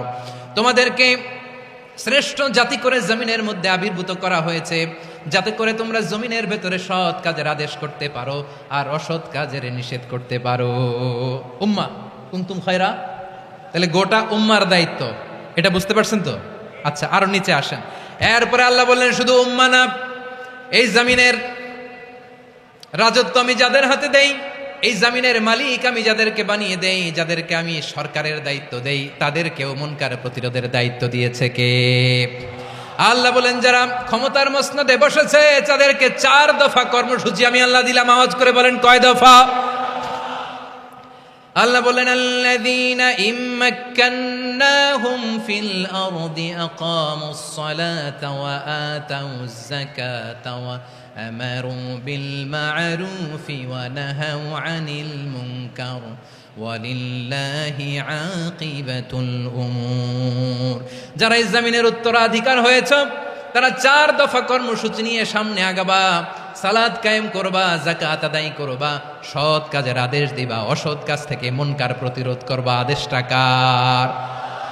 আমার প্রিয় চট্টলার ভাইয়েরা, পুরো উম্মার দায়িত্ব মুনকার প্রতিরোধ করা, সরকার প্রধানের দায়িত্ব মুনকার প্রতিরোধ করা। এরপর আল্লাহ বলেন, প্রতিটা ফ্যামিলির যিনি প্রধান সিইও বাবা, প্রত্যেক বাবারও দায়িত্ব এই মুনকার প্রতিরোধ করা। আওয়াজ করে বলেন ঠিক কিনা? যেমনটি সাইয়েদনা লুকমান আলাইহিস সালাম ওনার কলিজার টুকরা সন্তানকে আদেশ করেছেন, ইয়া বুনাইয়া আকিমিস সালাতা ওয়া'মুর বিল মা'রুফি ওয়ানহা আনিল মুনকার। পড়েন সুবহানাল্লাহ। বাবা ছেলেকে সবক দিচ্ছে। কে সবক দিচ্ছে? কাকে? লুকমান আলাইহিস সালাম ছেলেকে বলতেছে, ওরে আমার কলিজার টুকরা সন্তান, ওরে আমার বাছা, নামাজ কায়েম করবা, সৎ কাজের আদেশ দিবা, আর মুনকার প্রতিরোধ করবা, অসৎ কাজ, সমাজ থেকে খারাপ কাজকে ঝেঁটে বিদায় করে দিবা। তাহলে দেখেন, আমি স্টেপ বাই স্টেপ নামলাম। পুরা উম্মার দায়িত্ব, জমিনের উত্তরাধিকারী আল্লাহ যাদেরকে বানিয়েছেন সরকার, তাদের দায়িত্ব, প্রতিটি ফ্যামিলির প্রধানের দায়িত্ব। এরপরে বিশ্বনবী বলেন, সচেতন প্রতিটি মুসলিমের দায়িত্ব সমাজ থেকে মুনকারকে উৎখাত করা। বিশ্বনবী বলেছেন, মান রাআ মিনকুম মুনকারান ফালিয়ুগাইয়িরহু বিয়াদিহি ফাইন লাম ইয়াস্তাতি ফাবিলিসানিহি ওয়া ইন লাম ইয়াস্তাতি ফাবিকলবিহি ওয়া যালিকা আযআফুল ঈমান। সমাজে যে মুনকার দেখবে, খারাপ কাজ দেখবে, সে যেন হাত দিয়ে সেটাকে থামায়। কি দিয়ে? আপনাদের তো হাত নাই না? হাত আছে, হাত আছে। ওরা যেই হাত দিয়ে অন্যায় করে ওইটা প্রতিরোধের জন্য আমাদেরও হাত আছে না নাই? থামাতে হবে, থামাতে হবে।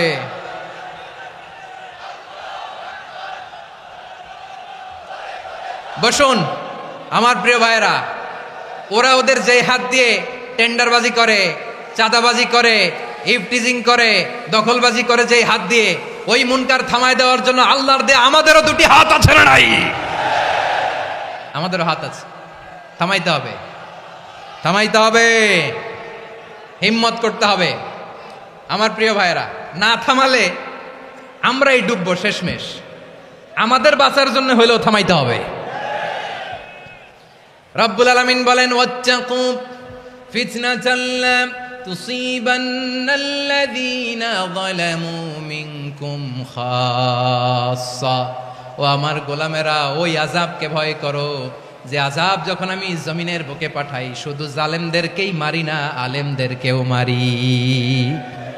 আযাব যখন আসে তখন শুধু জালিমই মরে না, আলেমও মরে। জানেন, মুসা আলাইহিস সালামের পায়ে একবার একটা লাল পোকা কামড় দিয়েছে, লাল পিঁপড়া। লাল পিঁপড়া কামড় দিলে খুব আরাম লাগে না? কি লাগে? হ্যাঁ, জলে না? লাল একটা পিঁপড়া কামড় দিছে, তো উনি রেগে মেগে পাশি দেখে লাল পিঁপড়ার বাসা, পা দিয়ে ডলে মুছে সবগুলো পিঁপড়া মেরে ফেলছে। এই ঘটনাটা আল্লাহ ঘটিয়েছেন এজন্য। মুসা আলাইহিস সালাম ছিলেন কালিমুল্লাহ, সরাসরি আল্লাহর সাথে কথা বলতেন। তিনি আল্লাহকে জিজ্ঞেস করেছিলেন, আল্লাহ তুমি যখন কোনো জনপদে আযাব পাঠাও, শাস্তি দাও, ওখানকার শুধু জালেমরাই তো মরে না, ভালো মানুষগুলাও মরে, তো আযাব দিবা মুশরিকদের উপর দিবা, অবাধ্যদের উপর দিবা, ভালো মানুষগুলারে মারো কেন? আল্লাহ বললেন, মুসা তোমার যে কামড় দিছিল পায়ের মধ্যে পিঁপড়া, কয়টা পিঁপড়া? জোরে বলেন। একটা পিঁপড়া, তো সবগুলারে মারলা কেন? রেগে মেগে পুরো পিঁপড়ার বাসা ভেঙে ম্যাসাকার করলা কেন?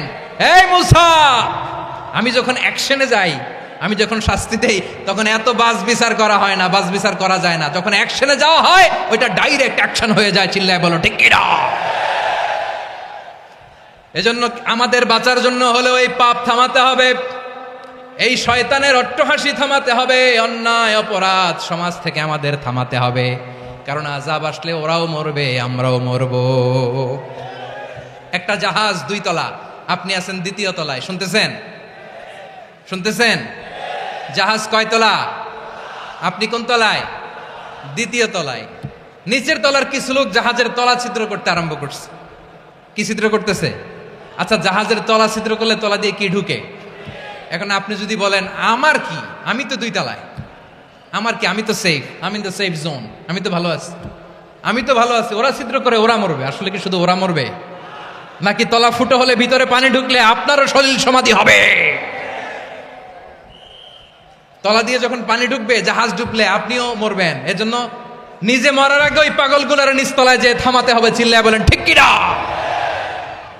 এজন্য আল্লাহ বললেন, মুনকার প্রতিরোধের দায়িত্ব সমাজের টপ টু বটম সবার। পুরো আম্মার দায়িত্ব, সরকার প্রধানের দায়িত্ব, প্রতিটি ফ্যামিলির প্রধান বাবার দায়িত্ব, বিশ্বনবী বললেন প্রতিটি সচেতন মুসলিমের দায়িত্ব। এজন্য মুনকার প্রতিরোধ করার দরকার আছে না নাই? সমাজে এই যে ইফটিজিং হয়, আপনার বোনের বয়সী একটা মেয়েকে কিছু বকাটে টিটকারি করে, এই বলে সেই বলে, নোংরা কথা বলে, রাস্তায় দেখেও আপনি পাশ দিয়ে না দেখার মতো চলে যান কেন? আপনি দাঁড়ান না কেন? আপনি দাঁড়ালেই তো থেমে যাবে, কারণ সত্যের যে শক্তি তার সামনে মিথ্যা মুখ থুবড়ে পড়ে। আপনার সামনে ও কিছুই না, নাথিং। আপনি দাঁড়ান, ওকে প্রশ্ন করেন যে আমার বোনকে তুমি ডিস্টার্ব করো কেন? আপনাকে দেখে আরো 5 জন দাঁড়াবে, 5 জনকে দেখে আরো 10 জন দাঁড়াবে।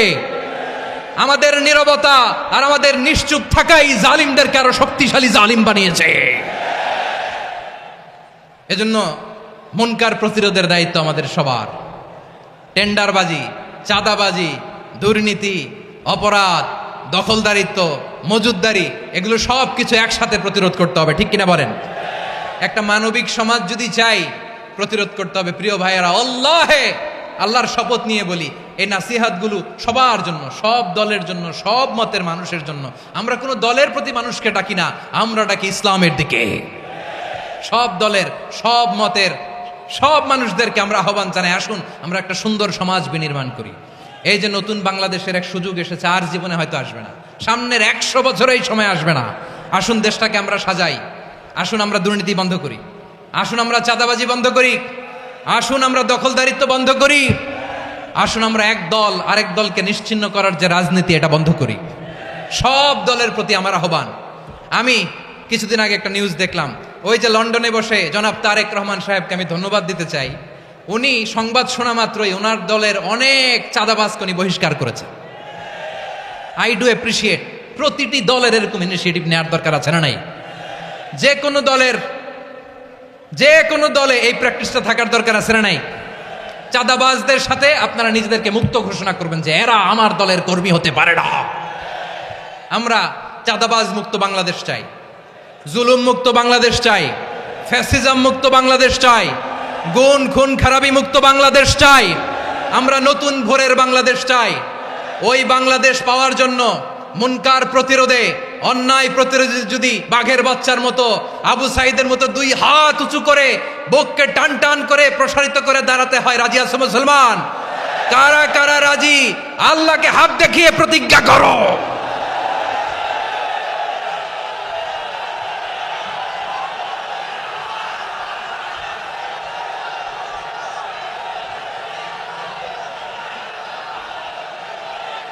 আমার প্রিয় ভাইয়েরা, বসুন বসুন আমার ভাইয়েরা।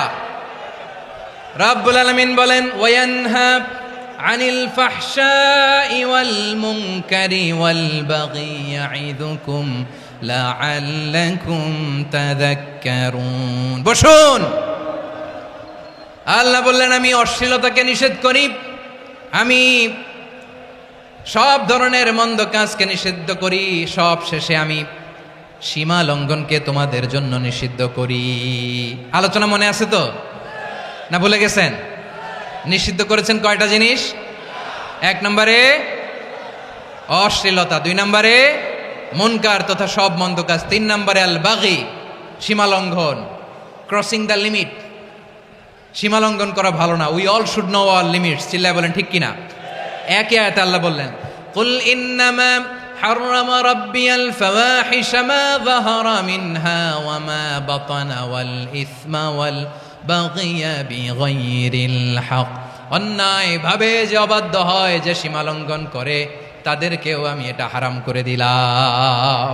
সীমা লঙ্ঘন করা হারাম, সীমা লঙ্ঘন করা হারাম। আল্লাহ বারবার বারবার আমাদেরকে ওয়ার্নিং দেয়। যখন আমরা থামি না তখন আল্লাহ ধরে, গাছ যখন ধরে তখন ছাড়ে না। ধরে ধরে ধরে না, ধরলে আল্লাহ। ফেরাউনকে কিন্তু হুট করে ধরে নাই, আপনারা জানেন 9 বার ওয়ার্নিং দিয়েছে। ফেরাউনকে আল্লাহ তাআলা ওয়ার্নিং দিয়েছিল কয়বার? বীর চট্টলার বীর সেনানীরা আওয়াজ করে বলেন, ফেরাউনকে ধরার আগে ওয়ার্নিং দেওয়া হয়েছিল কয়টা? রব্বুল আলামিন বলেন, ওয়ালাকাদ আতাইনা মূসা 9 আয়াতিন বাইয়িনাত। 9টা মুআজিজা দেখিয়েছি। 1 2 3 বারবার এইভাবে রিমাইন্ডার, ওইভাবে রিমাইন্ডার, এইভাবে নসিহাত, ওইভাবে দাওয়া। ফাকুলা লাহু কাওলান লাইয়িনা, নরম করে বলো, সফট করে বলো, যত ওয়ে হতে পারে দাওয়া মেথডোলজির। মুসা আলাইহিস সালামের সব অ্যাপ্লাই শেষ। 10ম বারে যে আল্লাহ ধরছে, 10ম বারে যে ধরেছে। এজন্য আল্লাহ বলেন, আমি সীমালঙ্ঘনকে পছন্দ করি না। কোরআনের অন্য আয়াতে বাগীকে বলা হয়েছে আল ইতিদা। সীমালঙ্ঘন যারা করে তাদেরকে আল্লাহ বলেছেন মুতাদিন।